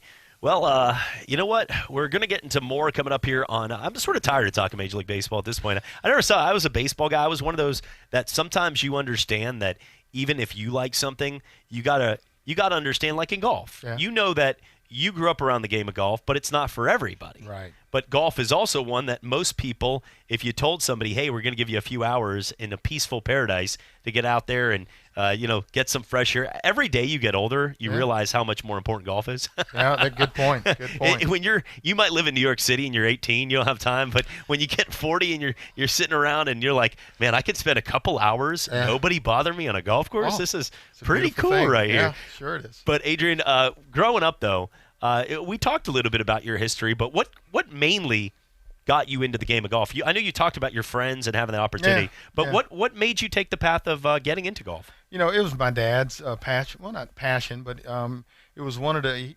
I had 3 older sisters. One passed away, and then my brother, and then I was 6 years behind my brother. Well, my dad, at that time, he wanted to have something that he could do, sports or activity-wise, with his boys. So he had caddied a little bit as a kid, played a little bit in the Navy, and he goes, I'm going to start playing golf again. And one Saturday he comes home, and we're running around, and we're chasing squirrels across the street, and we're running around with people that he really didn't like much, and he goes, yeah, we're going to fix that. So he takes us to the golf course, and we fell in love with it. We started playing every Saturday afternoon. He would quit work half a day. He had a little construction company and take us to the course, and then on Sundays, it was, I may have mentioned it to you, it was get up, go to the YMCA at 5 o'clock in the morning, swim, come back, pick up mom, go to church at the 8 o'clock Mass at St. Joseph's, come back to home, slow the car down long enough to drop her off, and get to Osceola for a 9:56 tee time. And that went on for about 11 years. But it put my brother and I both through college, and my brother's just retired, a very successful State Farm agent in Santa Monica, California, and he actually played more golf than I did. It was a great tool for him to build a relationship with his boys, and for his boys to be able to build relationships with other people and do something we like. That's ironic because when I golf, people call State Farm to see on their homeowners with their windows. So it's sort of coincidence right there. Especially what's that? Marcus Point, hole number 3, that little over the water right there. Those houses that just thought are over the woods right there. Yeah. Just thinking, okay, I'm like, I can hit over those woods. Shot. Yeah, sure. That window wasn't part of the woods. Now the guy's like, I found the dude. Adrian, I think that we need to understand is golf is one of those kind of games where it's something that whether we play it or not, we envy people because very rarely when there's going to be people that admit to, hey, I can go out there like LeBron James. They think they are in front of the mirror or in the shower or doing something, but they're not really LeBron James. They can't go out there and they can't go to the gym and dunk from the free throw line or shoot from 30 feet. But in golf, it's a game where we all feel at one point we can go out there and get better. It's a game where you want to continue to do the rest of your life. Right. And is there a lot of people today, though? I got to ask you as a club pro and somebody that's played it at the highest level, are there people that still sometimes will go out there and be like, no, I know you're trying to teach me this, but I read on the internet. Because I know the world we live in, and everybody now their opinion feels stronger than back in the day. You knew it didn't matter who you were going to be quiet, right. and if that teacher was going to come paddle you, if you didn't. Right. So things have changed real quick, where everybody's got an opinion and everybody thinks they're right. Yep. Are there kids that are telling you sometimes what shot? There are kids. There's adults. There's old ladies and men that have never touched a club that already know how to hit. And my favorite, one is I can hit my driver 340, sometimes, and then I just can't keep it under control. 340 feet too. You don't have to. Yeah, exactly. I hear that. That's a sail wedge. Yeah. I hear that so much, and no, they can't do that. They can't. What is the biggest mistake that people make on an everyday basis on the golf course, in your opinion? Oh, without a doubt, it's that they practice the wrong way. If they truly want to get better with the game, you've got to start at the hole and work your way back to the driver. And nobody wants to do that. I had a lady told me the other day, everybody wants to go to the driving range because hitting the ball a long way is more sexy. And, they don't want to practice chipping and putting. So when I get a lesson and they say, well, I want to be able to break 100 or 90 or 80. And, invariably they want to go straight to the driving range. So we don't practice the way it's all set up. Everybody's big on numbers. Check out the numbers in golf. If you play a perfect round of golf, you hit 18 greens in regulation. You're going to hit 36 shots. You're going to hit 36 putts. So let me look at this. What you're telling me is half the game is putting? Nobody practices that way. The tour players have a hard time doing that unless they want to be able to stay out there for a long period of time. Do you think it's important if you're playing with your friends, if you're out there with a few of your pals, or you're playing in a tournament, to practice the game of golf the way it was meant to be? And what I mean by that is we all know we do things differently when you might be by yourself. Right. Compared to a bunch of people. But do you feel if you're sending out some of the people that you've been teaching and they're playing by themselves to make sure to keep the ball down in the rough, or to make sure that their ball is teed up behind the tees, or if they're playing with another group that comes in to make sure if that guy got a birdie and they got a par, to let them hit first on the tee? Are those lessons that you feel are valuable, or are those things that, we all can sort of relate to whatever group we're with? Yeah. I mean, it's that's just protocol. That's the etiquette of the game, so to speak. And I feel those things are important, especially in certain circumstances. But let's face it. Everybody wants to. Golf is a recreational sport. They don't have much time. They want to be able to come out and enjoy themselves. So I don't want them to be totally, calling penalties on guys and watching them see if they tee it up in the rough. But it's important that some of that stuff stays in check. Being able to give somebody the honors. And of course, slow play is a big issue. So if you're behind, I can see you can throw some of that stuff out of the window. But yeah, some of those golf etiquette things are very good because they're part of life lessons too. You're showing respect to the other person. Hey, you beat me on that last hole. Go ahead and hit first. It's a little thing, but it's important. How many times a day? Because I'm sure you have starters that get out there and are talking to them. I always thought that I knew from day one I was that guy in the course, meaning that keep an eye on this guy. maybe my grandfather told him when I came, but the starter would sort of creep up. He was like, "Where's Waldo?" He was always in the bushes just watching. Oh, yeah, like a sure. case because I probably spent more time in the sand than David Hasselhoff, as they said back in the day. So I'm out there and raking the bunkers and things like that. Like I would, but maybe it was a quick rake or something. Sure. But you could see the starter peering over there on the side. Yeah. So, how many times though per day or per week do you have to maybe go to that nice grandma and tell her, "Hey, you know what? There's 16 groups back here that would like to tee off," and it's hard to say that because a lot of times the people that are slow players are the ones that spend the most money inside, and they actually buy the Titleist golf balls and they buy the Osceola Golf Course T-shirts. And, talk about that because that's never an easy thing to do, I'm sure. Yeah, it's tough to be seamless. It's really tough to be seamless with that. And there's a way to do it. Starters are very, very important, and typically you end up getting a retired person.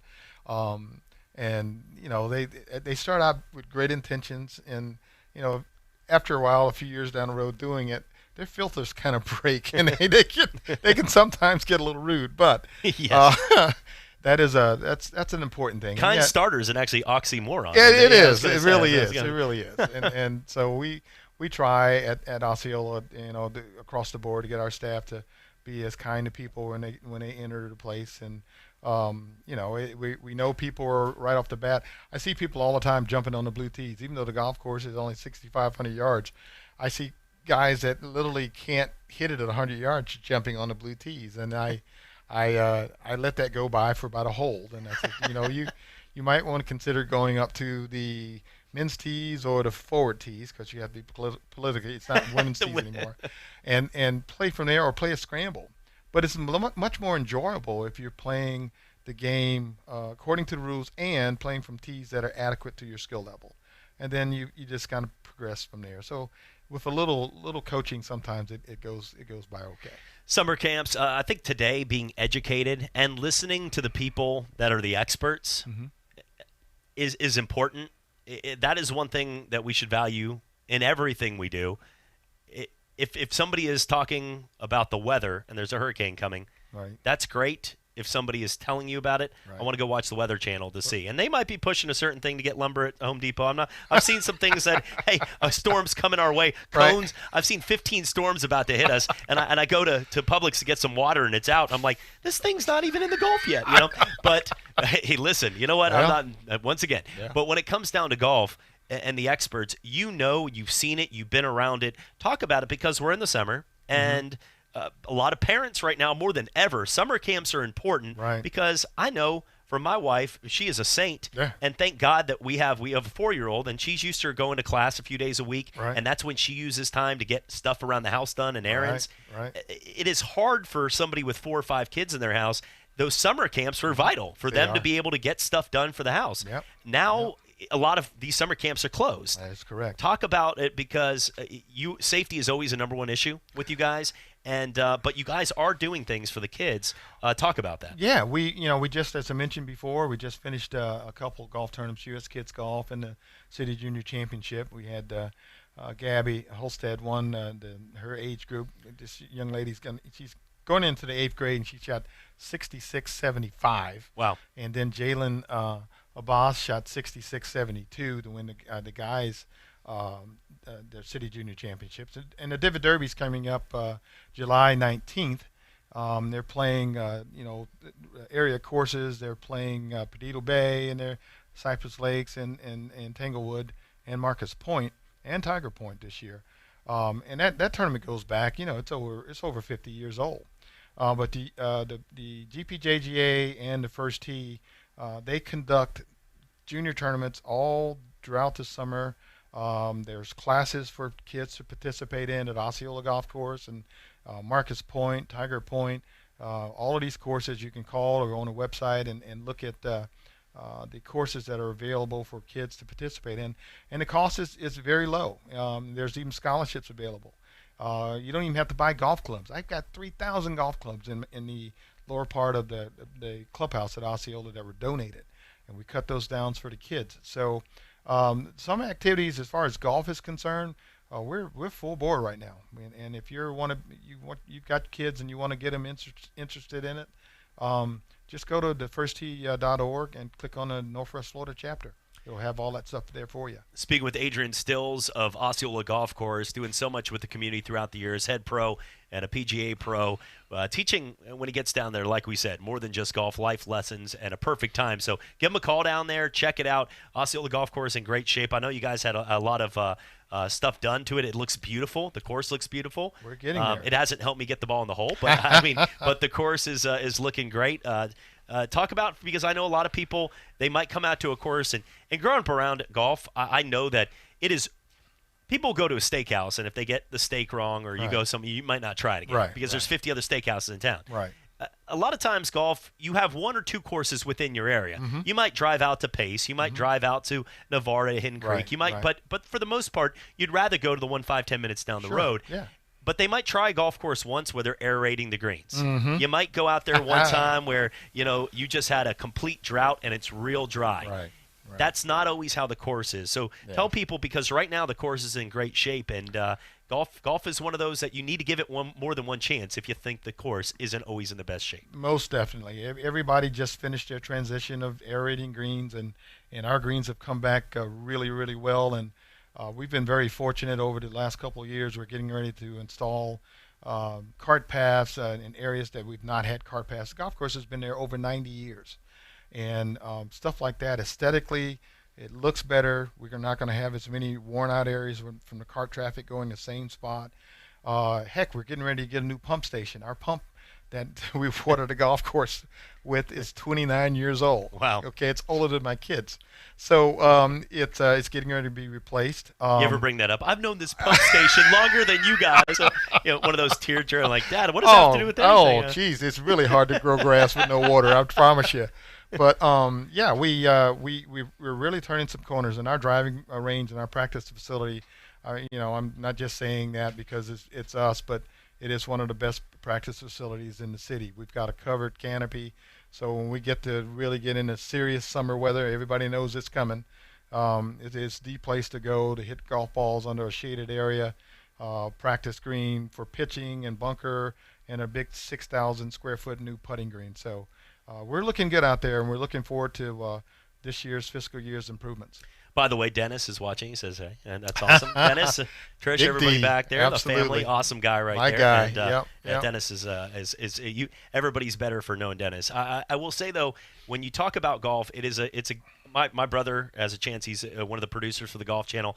We're watching the tournament. Thursday is the day where golf gets rolling. It's when people start feeling. For a lot of golfers, it's the sort of like the day you convince your brain it's the weekend. Yeah, sure. The boss doesn't feel that way in Friday meetings, but you start getting in that flow. Well, there's a lot of good golfers. You got Justin Thomas, who out there from Alabama. I'm sure Jerry Pate has given him a couple life lessons. You've got guys like Bubba Watson. He's getting older, and Bubba also, as you said, you need to spend time. Vijay Singh is the only golfer during the time of Tiger Woods, when Tiger Woods was in his prime, that had a season better than Tiger. He's the only one ever. Yeah. And everybody that knows Vijay knows that he would be the guy after the tournament, even on Sunday, instead of getting back on his plane or going, he'd be back on the range. Oh man, he could pound some balls. He did. He still does. And he still does. Yeah. And that there's some guys that know that he never would have had the talent of a guy like Tiger Woods. But he knows if he spent a little more time, and we found out what Tiger Woods was doing sometimes, but he spent a little more time, he became better. Now, it wasn't going to last forever, but it was that one glimpse of we can get that done, that underdog story. Sure. Talk about the golfers today that you feel, some of them that just have the flat out the best talent in the game, and some of them that you feel that are just doing everything they can to compete, because Brooks Koepka seems like one of those guys. When he's on, there's nothing you can do. Almost. He's a beast. He's a beast physically and mentally. Nothing seems to bother him. DJ, Dustin Johnson, just an absolute specimen. Hits at 8 miles. Tremendous talent there. And through working with Butch Harmon, he's gotten to where his work ethic is where it needs to be. Justin Thomas. There are a lot of new stars. Rory McIlroy, oh my goodness, this guy is amazing. I watched him at Augusta a couple years ago. I was surprised how small he is and how far he hits it. So the game of golf is in good shape. These guys are really stepping it all up. They're getting stronger. They're getting faster. They got the sports psychologist. My youngest son works at a club down in Orlando, and Justin Rose came out to hit balls about a couple of months ago. And he had a group of 6 people with him. He had his nutritionist. He had his sports trainer with him. He had his travel agent. He had they have everything these days, and they're all trying anything they can to get that extra edge because it's very minute. And it's really interesting to see, but they've all stepped it up. And if you want to contribute at the Tiger, you can, because that's what he did. You actually had me thinking I needed one of those during the quarantine. When you started with nutritionist, then you went to trainer, but then you went to travel agent, and at that point, no, we don't need that. So that guy would have been sorry. You're just going to get me in trouble now. But gotcha. No, it's one. Discipline is so important in golf, and that's the thing is people don't understand if you in most sports. Yeah, I try to stay up to watch KBO baseball, Korean baseball leagues. It's not the same, but it's a stretch. But some days if it's already 2 a.m., why not? I shouldn't be admitting to this, but so I'm up there watching the games though, and it's not Major League Baseball. There's no guy hitting it into the third rows. It's not the same game. But in golf, you can get people on tours that are the Korn Ferry tours and some of these others that aren't. I mean, they're one or two. Bad swings away from being the big show. Mm-hmm. And it might be the difference between they're not just disciplined putting, or they're one of those that I know, as a former pitcher, people said, wear your emotions on your sleeve. I would be that guy to maybe for extra couple seconds to stare in at the plate when I didn't get the call.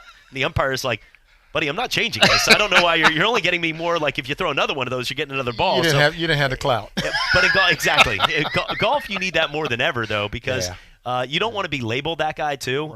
Sure. Was there who is the most fun golfer? Because I know Bubba. Look, Bubba has a lot of fun. He's doing his Peloton, but around the tour, Bubba does not get that rating because some people, and that wasn't from us. That was from the other PGA Tour guys. Right. Sometimes we need to understand is the person that they are in public and the golfers that they are completely different. Sure. Who is the guy that you always wanted to get paired up with, or the most fun? Chichi Rodriguez? Would that be the guy? Chad, wait a minute. Don't break me up that far. Not that far. Sorry, you're like I did not play with the guy. I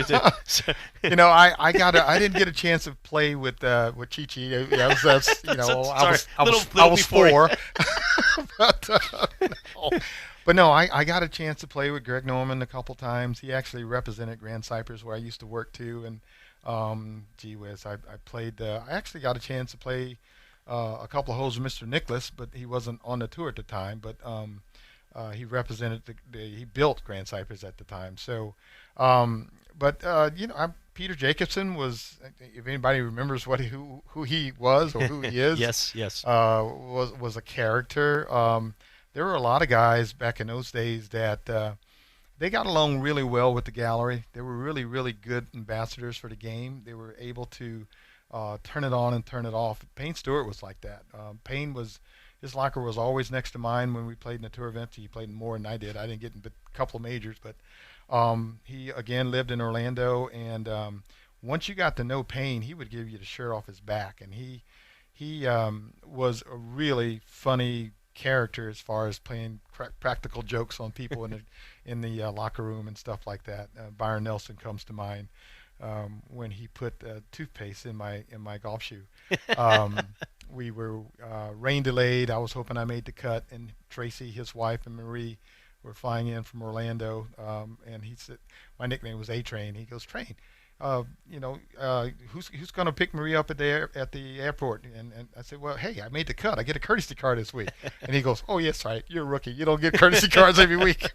He knew what he was talking. He knew what he was doing. Well, that's another thing a lot of people don't understand on the tour is if you don't have if you're not a top-tier golfer, everybody's not living a lavish lifestyle. And that's another thing is when they're canceling tournaments, it's not like that prorated salary where you're going to get your money. Every month and every day that goes by, that's money out of these people's pockets because they're outside of their sponsors, and a lot of sponsors drop too. They're not getting that money. So every day missed in a golf tournament means you're just not getting a paycheck. Yeah, they're all independent contractors, and when they're not playing, they're not making money. So those guys, it's the ultimate game. What have you done for me lately? So you have to be ready when you get the opportunity. You really do. Adrian, do you feel, from what we've seen in golf, because you've been around people practicing social distancing, I know I've been out there at Tiger Point, I've been out at Osceola, I've been at places where you're wiping down the carts, everybody is, things that used to be normal, even that where you didn't turn a blind eye, but the person getting done with 18 and it started to lightning and the two other people jump on the back of the cart and you're like, I know that might be a repair coming here soon for me, but you allow it because there's lightning bolts and you let them get in. Yeah, we've all been there. If you play golf, the little things like that. But it just gets to the point where I feel that golf is the one sport that hopefully can make a full return here. It is already. There's a tournament right now, the RBC Heritage in North Carolina, but at Hilton Head, South Carolina. But when it comes down to everything going on in golf, do you feel that golf consistently, because there's still a lot of guys overseas, Lee Westwood, Adam Scott, that made things that said, hey, I'm going to stay away from it right now. Sure. Do you feel, we don't know the perfect answer, so I'm asking you this question as, if you had the answer, we'd all be running to you for more guidance right now. Sure.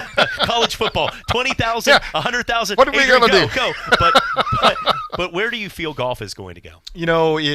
I'm really excited. I think the Memorial Tournament, Jack's tournament, is going to be the first tournament back where they have spectators. I can't imagine Augusta without spectators. But they're going to make the transition. If anybody can figure it out, Augusta most definitely can. But I think it's going to come back again. You got a lot of spacing. We've got, you go to a golf course, even though you got 30,000 people used to anyway coming to an event, or you look at the Phoenix Waste Management thing, that whole par 3 concept might go away. But I think that it'll ease its way back in there. And the guys that are overseas, the top players right now, they don't travel that much commercially. They've got the private jet kind of thing going, so they can wipe those jets down for that. So they'll make their way back. I hope and pray that we all stay healthy. We get a vaccine going and we can kind of get back to some kind of normalcy. And I think golf will be okay. Well, Adrian, we joked that day with Dennis on the segments, and I always said once we get to talking here, you look up at the clock. Yeah. But you know what? I because I know JP's waiting in the other room, but we're looking forward to doing this. And honestly, anytime there is something going on, you guys, this is more the teed up opportunity to talk about local golf, connect with people, getting them back out, having kids be able to do summer camps, what's happening at Osceola. But in general, I feel that right now more than ever, I think that you have so much to teach people. You always have, but people are looking towards guidance to somebody that out of all sports, being a black athlete in golf is very tough. Yeah. And you know what though, the way you share stories is you know what, when good people though will see good people, and like I said, I can't even imagine and can't speak on behalf of the things that you went through, and you even said humbly, like there's a lot of courses I wasn't able to play, and that shouldn't happen, but we also know today times have changed. But the Payne Stewart stories, I hope people see that's not about, he was a friend of yours. It doesn't matter, and that's how most people. So every story that you share, it means a ton to me, and I hope other people that are out there that fully maybe don't. On one side, other, it does not matter. They're not totally. They're pushing a certain way without knowing people. I hope that more than anything, golf can get people out there and getting people as friends together in one spot. Without a doubt. And I like I said, the little things, the little question, the times that we've had together, it means a ton to me. And I'm looking forward to it next Thursday. Hopefully my phone will work more, so when you're calling me and contacting me, I joked, I got here today, and my phone had died, and it was one of these that it wasn't charging, nothing was happening. So, but in my business, not having a phone for 4 or 5 hours, someone's like, that's his excuse. That's what. But he's at the beach right now. There's going to be a picture on there like Facebook with like a cigar on the party boat right there on the pontoon. No, actually, phone was dead for 4 hours. But it's crazy in that business when your phone's down. So I'm glad we got in contact today, and looking forward to doing it again next week, my friend. Fantastic. All right. I really appreciate you guys having us over. We'll just do a through the plexiglass fist bump right there. Look at that. Through that. Very cool. Adrian Stills, head golfer at Osceola Golf Course and PGA Pro, and a guy that means the world to get to catch up with. Looking forward. If you're looking for summer camps, anything to do, head down there or go to Osceola Golf Course, the website. OsceolaGolf.com or the City of Pensacola website for Parks and Recreation. We have all our information, all our Our rates are there, and come out and see us. Yeah, don't act like you don't have enough time to Google things on your phone. We know that's not true right now. So go ahead and Google all that and check it out. And for all the events, it's the perfect time to get out there and maybe pick up golf for the first time and maybe make 2020 better. When you said that was the year, I actually knew I was pretty decent at golf. Look at that. Adrian, appreciate your time as always. Thank you, Chad. We'll come back for more. It's a Sports Drive on ESPN Pensacola and Blab TV. Welcome to Bows! Okay, hi, what are we doing today? I need something that screams something fun. Nothing too on the face, nothing too off the face, but also totally hot. So I have the perfect thing. It's the most food mullet. You're totally business in the front, but tailgate in the back. It's a fat party. People are having fun. Snap. All your friends are going to be like, whoa, awesome setup. Everyone else is going to be all jelly, okay? Just like a killer mullet, Moe's Catering will turn the back of your ride into a tailgate party that's sure to turn some heads. Just order ahead and pick it up on your way. Moe's Southwest Grill, now open in Pace on Highway 90 next to Publix grocery store. Pensacola's own NFL Hall of Famer Emmitt Smith has some tips for us during this time. This fight is up to all of us to try to help bend that curve. It's going to take teamwork. It's going to take us to stay committed, stay focused, and stay dedicated to the mission at hand, and that is to keep everyone safe. So be encouraging. Find some support. Find someone to talk to every day to encourage them to keep on continuing in this fight. And we will beat this pandemic. Are you craving something unusual and exciting? A new adventure? Visit the Adventure Gurus at Adventure Motorsports of Northwest Florida. From commuters and daily drivers to long-haul tourers and off-road explorers, they'll match you to the perfect ride with a proven process that gets you on the road quickly, cost-effectively, and safely. Adventure Motorsports is an authorized dealer for BMW, Indian, Ducati, Suzuki motorcycles, as well as Polaris, Slingshot. Find your adventure at Adventure Motorsports of Northwest Florida. Visit AdventureMotorsportsNWF.com. Flowers, venue, DJ, guest list, catering. Where do you possibly begin? The Design Your Dream Wedding course hosted by Southern Frills Wedding and Events is a wedding planning course with you in mind. For all the planning tips and trade secrets, this one-day workshop will help you plan like a pro, provide you money-saving advice, and more. Plus, all guests receive swag bags stacked with vendor discounts and a decadent champagne brunch. The Design Your Dream Wedding event, Saturday, July 25th at Pensacola Beach's Pier Suite. Find out more at southernfrillsevents.com. For your ESPN Pensacola Ridiculous Facts, I'm JP. The Gretzky brothers hold the NHL record for most combined points by two brothers, with 2,857 for Wayne and 4 for Brent. Hey, you laugh, but it's still a record. Octopus wrestling was a popular trend in the 60s. A diver grapples with an octopus in shallow water and tries to bring it to the surface. What a time to be alive, I guess. And during the Olympic Games in China, Usain Bolt ate only chicken nuggets as it was the only meal he recognized from home. Ultimately, he won 3 gold medals with this diet. That's your Ridiculous Facts. I'm JP.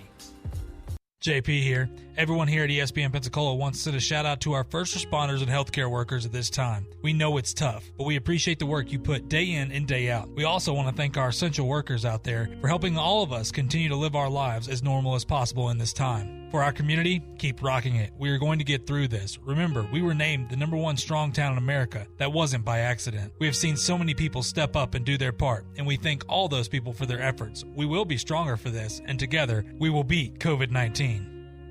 Over the last few months, we've realized that those excuses of not doing yard work, you've had to pay up. No excuses to get fat eating a bunch of rancid chicken wings and 3 pitchers because it's football Sunday. Tired of trying to pronounce names overseas at 4 a.m. that we don't know in Korea in baseball. But sports is coming back, and we're optimistic to carry all the biggest games on the Sports Drive, 5 to 7 each every night on ESPN Pensacola. Thank God all of this didn't happen during college football season.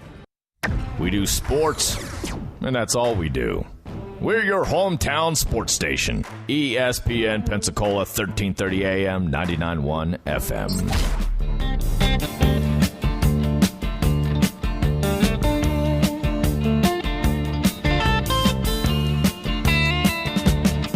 You get a shiver in the dark, it's raining in the park, but meantime, sound of the river, you stop and you hold everything.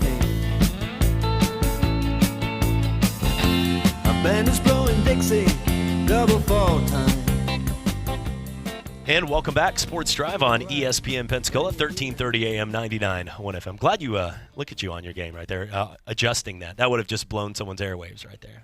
You saw that. That's a good call. 6 steps ahead. I was going to say, Adrian, you know, the mic was a little bit further out than the other side right there. You got to play that. When you got the broadcaster voice, look, I'm sitting here. And all of a sudden, talking the same. Yep. You could just so you gotta play that. And sometimes Jim Haslett that day, nothing like a former coach in the NFL who was a defensive rookie of the year and a guy that intimidating kind of guy, good guy, but it's intimidating kind of guy when you talk to Jim Haslett. He's sitting here with Coach K, and his mic was probably about, I'd say, 2 or 3 inches from his face. And I keep looking over there and I point. And at first he just thinks I'm like giving him these hand signals. He's like, I don't do this. And I go over to grab it. He's like, whoa. So I go and grab his headset and pull it by his mouth. And I would thought I was about to get in like a full out boxing match with him. Well, he'll fight you. He will. And he was a tough son of a gun. He still is. Yeah. But and then the other time I burst his eardrum out. I had the thing fully to the max, and he puts on my headset and through. He's probably him coming back is only because of Coach K, because he's probably like twice that guy's taken me out almost right there. But let's talk a little bit about at this point, any chance that my prediction of we're going to have a good Father's Day with baseball coming back will happen before Friday at this point? No. Can we? I think because it goes out to the 70 games isn't the problem. The full prorated pay for 10 more games, it's not a big deal. And remember, they allowed these guys, the owners did, to go out and seek advertisements to put on jerseys, which makes a little more money for the players so they can share it if they want, however they want to go about it. That's fine. There was already going to be, money put towards social justice initiatives. I think what's going to separate it here is the playoff thing and the 50-50 split of incremental TV revenues for any additional postseason games in 2021. You're talking about a little bit more money now, and this is where I don't know. I don't know what's going to happen. The extra games I don't think it changes it. The full prorated salary on that doesn't change it. It's just, I think the 50-50 split may be the difference here now. I don't know. I think this is all, once again, no matter what, the owners are going to lose money this year. We know that. Mm-hmm. For the players, it is what it is, I guess. I think this is expanding this into 2020 or 2021. Hopefully we'll be able to have fans back by then. Goodness gracious, I would hope so. Of course, both of them, just in case people don't know, they're expanding the playoffs to 16 teams for both those seasons is the plan right now. Mm-hmm. I don't have a problem with that either. That's fine, especially in times that we are in.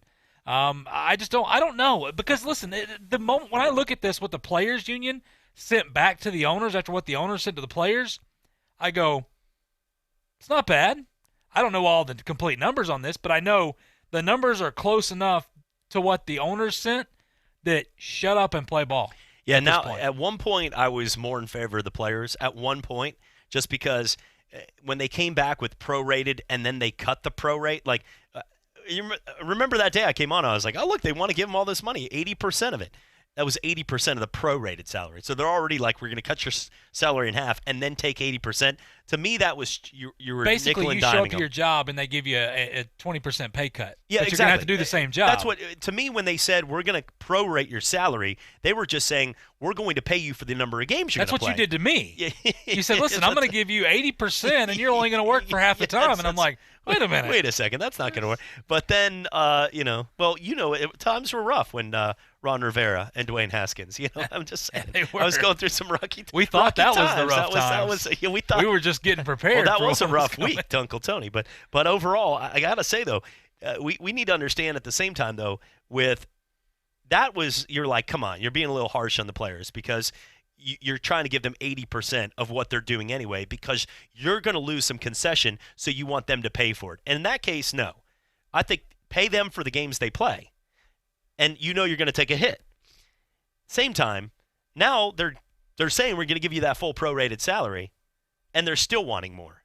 So at this point, and I know they sort of worked out a way to sneak in less games. So like, hey, we're not going to pay you, the 80%, but we're also going to cut 10 more games, which in a way is paying them a lot less. I see what they did, but at the same time, for at this point, we all just need to together say, you know what? Every day that goes by, every single day, you're going to lose more money. And you know what? You're going to lose a lot of money for two reasons. A lot of people are already sick of baseball right now. It'll work in regionalized markets. Up in Boston and New York and other areas, it's still going to work. But for for 2 seconds, if you go out there right now and you think that every day that goes by, the closer you get to football season, once football rolls around, your numbers, the generated revenue of what you make in the playoffs is going to decline huge. Huge. The amount of money, the amount of commercial dollars. You think those companies like Doritos and Budweiser and all those, they're going to spend the money on you or LSU, Alabama? So if you're going to compete against this, right yeah, I know they do. No, it's probably terrible for me right now. But everything that goes into this right now, more importantly, is they need to play the game, because as this gets pushed closer to the fall, they will lose more money and it will hurt them long term. And it's the one sport right now where if they started, they should be able to make an announcement, have 2 weeks of spring training, and play by July 1st. They're not. They want to push it back even further. But they should be able to play in 2 or 3 weeks. And everybody out there for at least a couple weeks before the NBA season at Disney will be watching nothing but them and a golf tournament on the weekend. Because I'm watching soccer, but we're not really watching soccer every day. And we'll talk more about this. We got to go to a break. But when we come back, we'll get to more, because this should be baseball's time to reap in the benefits. And instead, they're beating up themselves. No shock. During these tough economic times, it's easy to lose sight of the importance of saving for the future. The National Foundation for Credit Counseling wants you to know there are simple steps to set aside dollars each month. The most important is reviewing all your monthly expenses and establishing a household budget. Need help getting started? Speak with a certified credit counselor who can help map out a plan for you. Call the NFCC at 800-388-2227. This has been a public service message from the NFCC.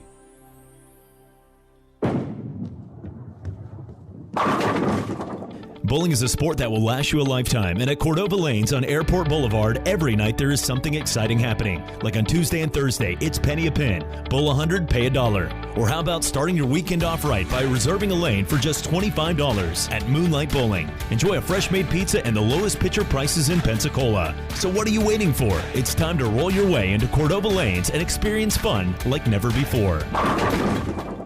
Football season never ends on Talk Football with Coach K. Stidham is tearing it up at New England. He may well be the incumbent to Tom Brady there. Former head coach of the Buffalo Bills, Coach K brings his expertise as he breaks down the game, the players, the coaches, and the front office. Plus, high-profile interviews from the biggest names in football. Talk Football with Coach K every weekday from noon till 1 on ESPN Pensacola 1330 FM 99.1. Hi, I'm Danica Patrick. Watching my nieces grow, play, and learn is amazing, but not every child gets to be carefree. 1 in 6 kids in the U.S. are hungry. This breaks my heart, and it's something that Feeding America is working to change. Each year, the Feeding America network of food banks rescues billions of pounds of good food that would have gone to waste and gives it to families in need. To help, visit feedingamerica.org. Brought to you by Feeding America and the Ad Council. JP here. At ESPN Pensacola, we are hometown proud. We love our hometown heroes like Super Bowl champion Seattle Seahawk Doug Baldwin. They fake, the lob, wide open, touchdown, Doug Baldwin. Bigger body than Wilson likes to throw to. Big target. Here's Baldwin, smaller target, and he ducks in for the touchdown. Hi, this is Doug Baldwin, and you're listening to ESPN Pensacola. Sylvan success story number 4,092. In 5th grade, we started noticing some problems, and it really changed our world. Sylvan gives parents like me hope. She's done a complete 180, and she's getting all A's and B's on her own. There's no more fighting about homework. I know that it's going to get turned in, and I know that she's going to rock it. Start your own Sylvan success story. Call 1-800-EDUCATE or visit sylvanlearning.com. This is Davis Allen from Sports Call with Davis and Justin, and you're listening to the Sports Drive with Chad Brilliante on ESPN Pensacola 1330 AM, 99.1 FM.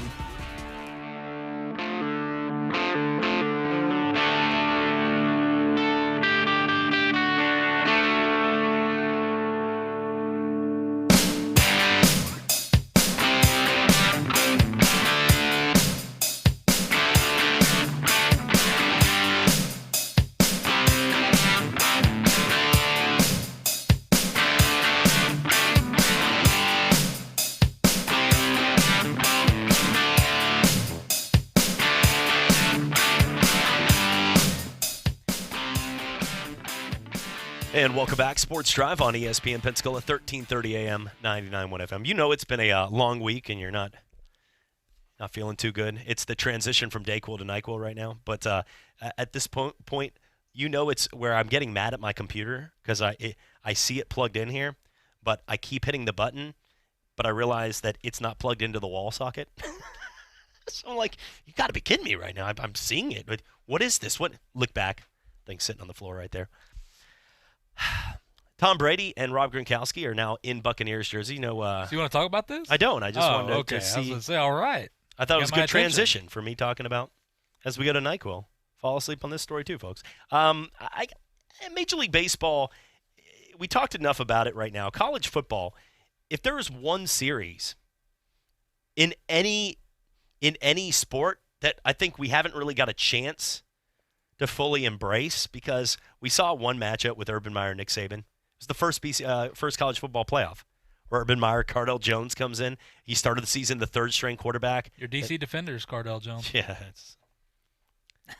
just like the XFL. just like 2020, the XFL. That's on the back burner now. But the collapse. Yeah, the collapse of the league. I love that article.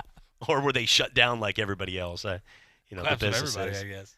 I can see the newspaper article of the guy that does Ma and Pa place open 70 years, just couldn't figure out what to do with their biscuit sandwiches in 20. Or were they told to shut down? I mean, what are you talking about? I'd be still lining up. Big difference. Yeah. People would still be lined up at Blue Dot in those places if it wasn't for that. Come on, people. Blue Dot's so good. Oh, it's so good, man. I wasn't sure what to get, but I was warned not to. You get one thing. Well, that's what I'm saying. But I was warned not to ask. You don't have a choice. You get cheese or no cheese. That's the only. Wait a second. You get cheese? I don't think you get cheese.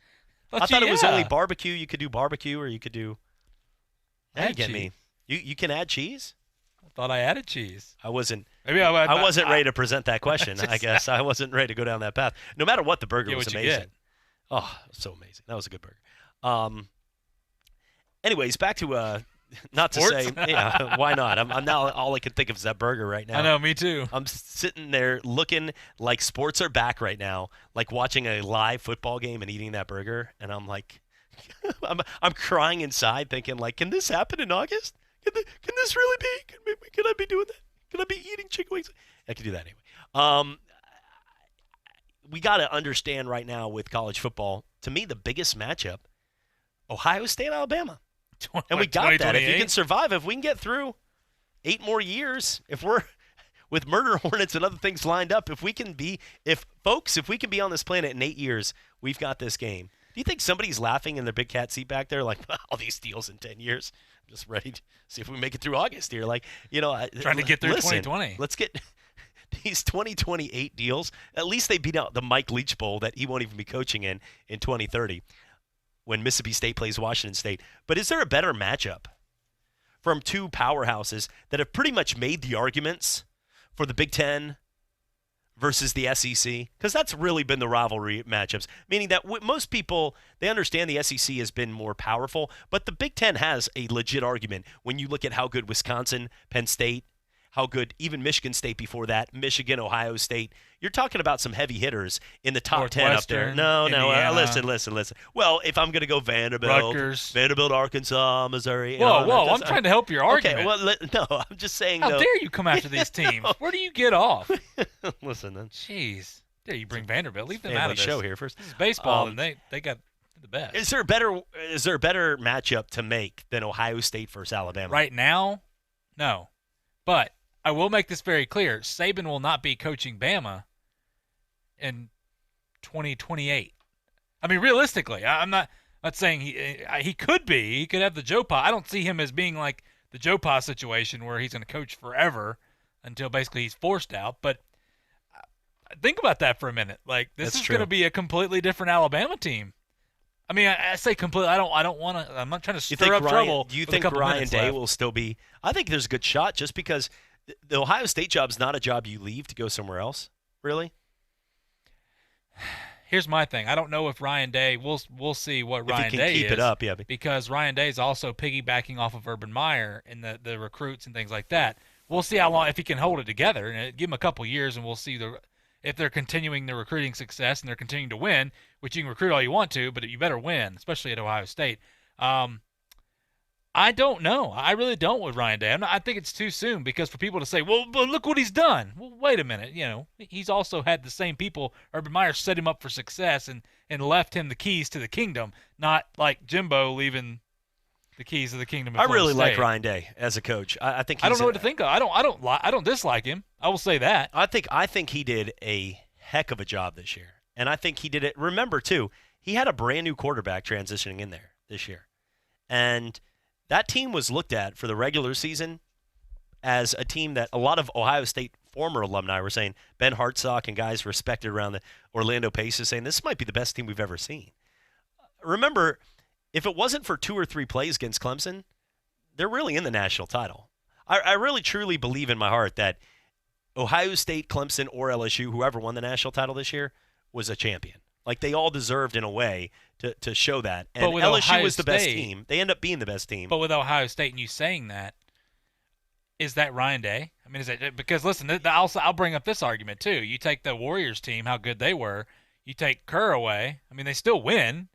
They still win regardless. Yep. I'm not taking anything away from Ryan Day. What I'm saying is, I want to give it a couple of years. Let's see how recruiting does. Let's see how he does completely on his own now, where this is his team. This is his product.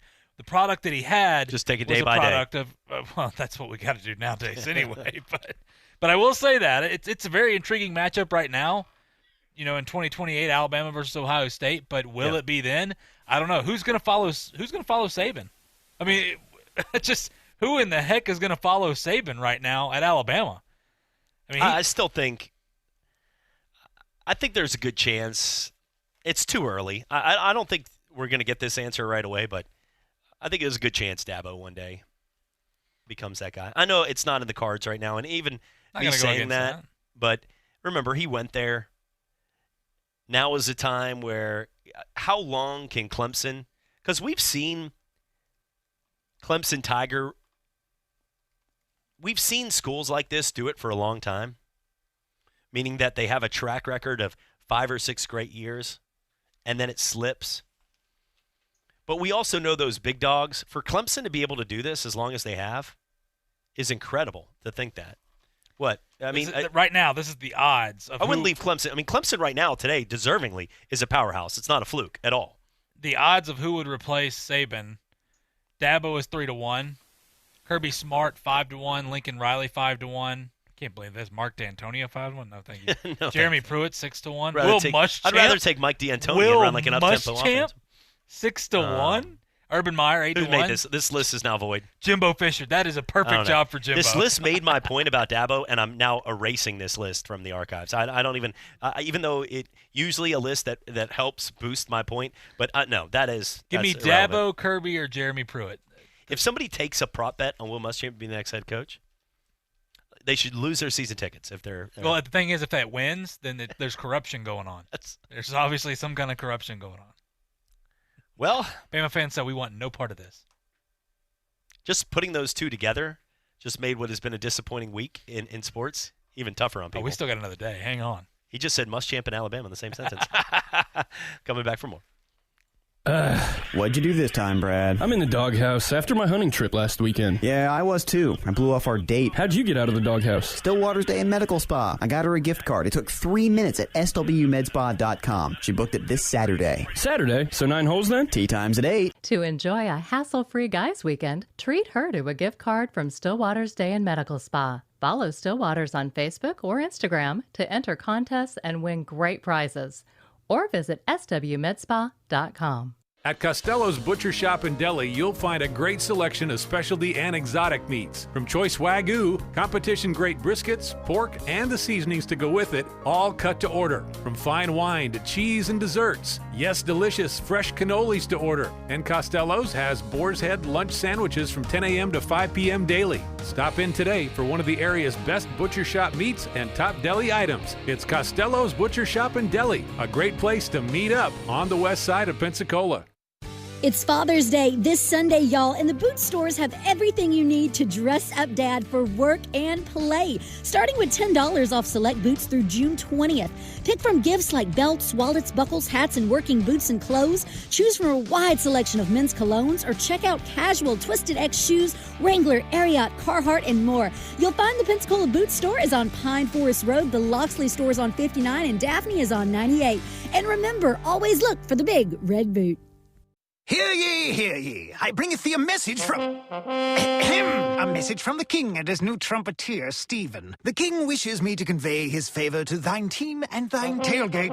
Not yet. He invites thee to let the Bud Light flow forth. And he also wishes me to tell thee that he toasts thee. Waiteth until the end, Stephen! With game day's favorite light lager and the slogan of his kingdom... Oh, dilly dilly. Enjoy responsibly. Bud Light Beer, AB, St. Louis, Missouri.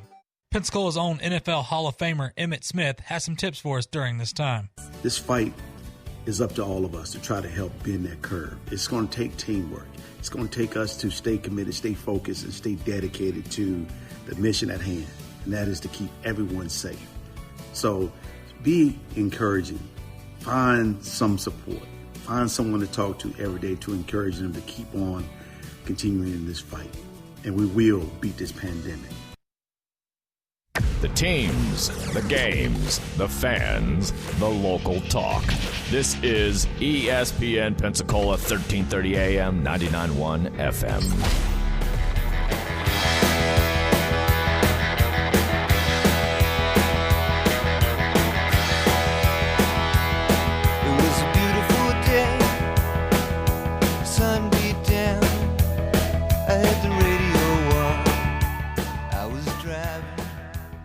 And welcome back. I won't ever get out of my head that Adrian Stills comes in to tee it up on to Sean Paul on there, coming back with that. That's like, listen. I heard that. I set you up the perfect song, and that wasn't it, by the way. I know. And then I heard that, and I was like, oh, no. He's got two kids that just got out of college or have jobs. Listen, no parent that has anybody in their 20s. You know, you youngin' in your 20s. Yeah, you for know. Another couple Life's weeks. different for me. When is your birthday? So I know when I can September. say I got a gift for. Oh, September. Yeah, middle of September. Got it. Oh, all right. I'll start planning next week. I'm sorry. Got nothing else to do at this point. Yeah, exactly. Tonight, taking a look here, RBC Heritage Golf for the people out there. Ian Poulter right now and Mark Hubbard. And all you Sebastian Munoz fans, he's one shot back. That's all the time we have for today's show. Thanks for joining us. Blab TV, ESPN Pensacola. For JP, I'm Chad. Have a great rest of your night, and God bless. The last 3 days, the rain was unstoppable. It was always cold, no sunshine. Yeah, running down a dream that never would come to me. Working on a mystery, going wherever it leads. Running down a dream.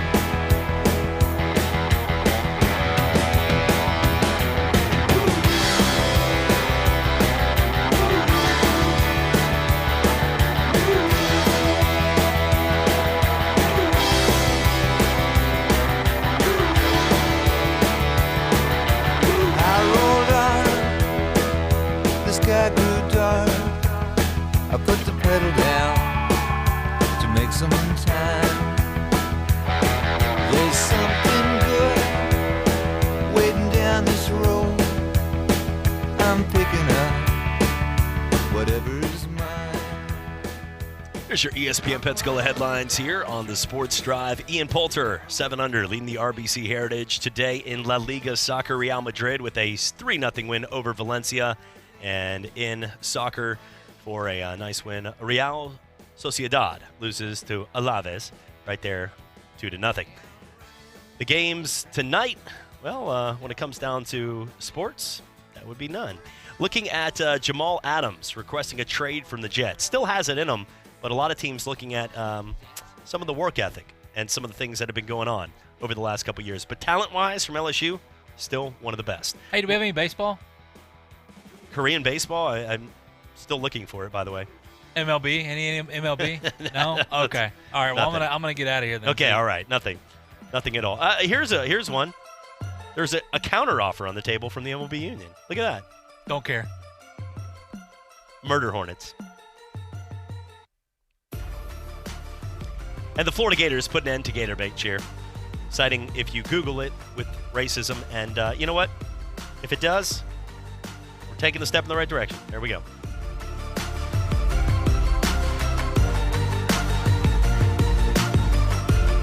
This is ESPN Pensacola, 1330 AM and 99.1 FM, the only local station that talks sports 24 hours a day, 7 days a week. From Gullick and Wingo to the Sports Drive with Chad Brillante. Plus talk football with Coach K at noon, sports call every Saturday. If you'd like to partner with us as an advertiser or a promotional partner, just give us a call at 262-6000.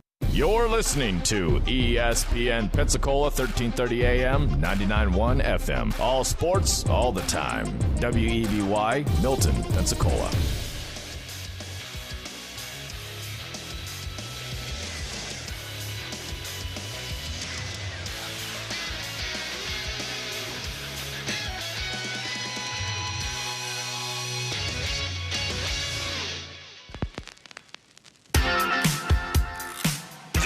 Spain and Company on ESPN Radio and on the ESPN app.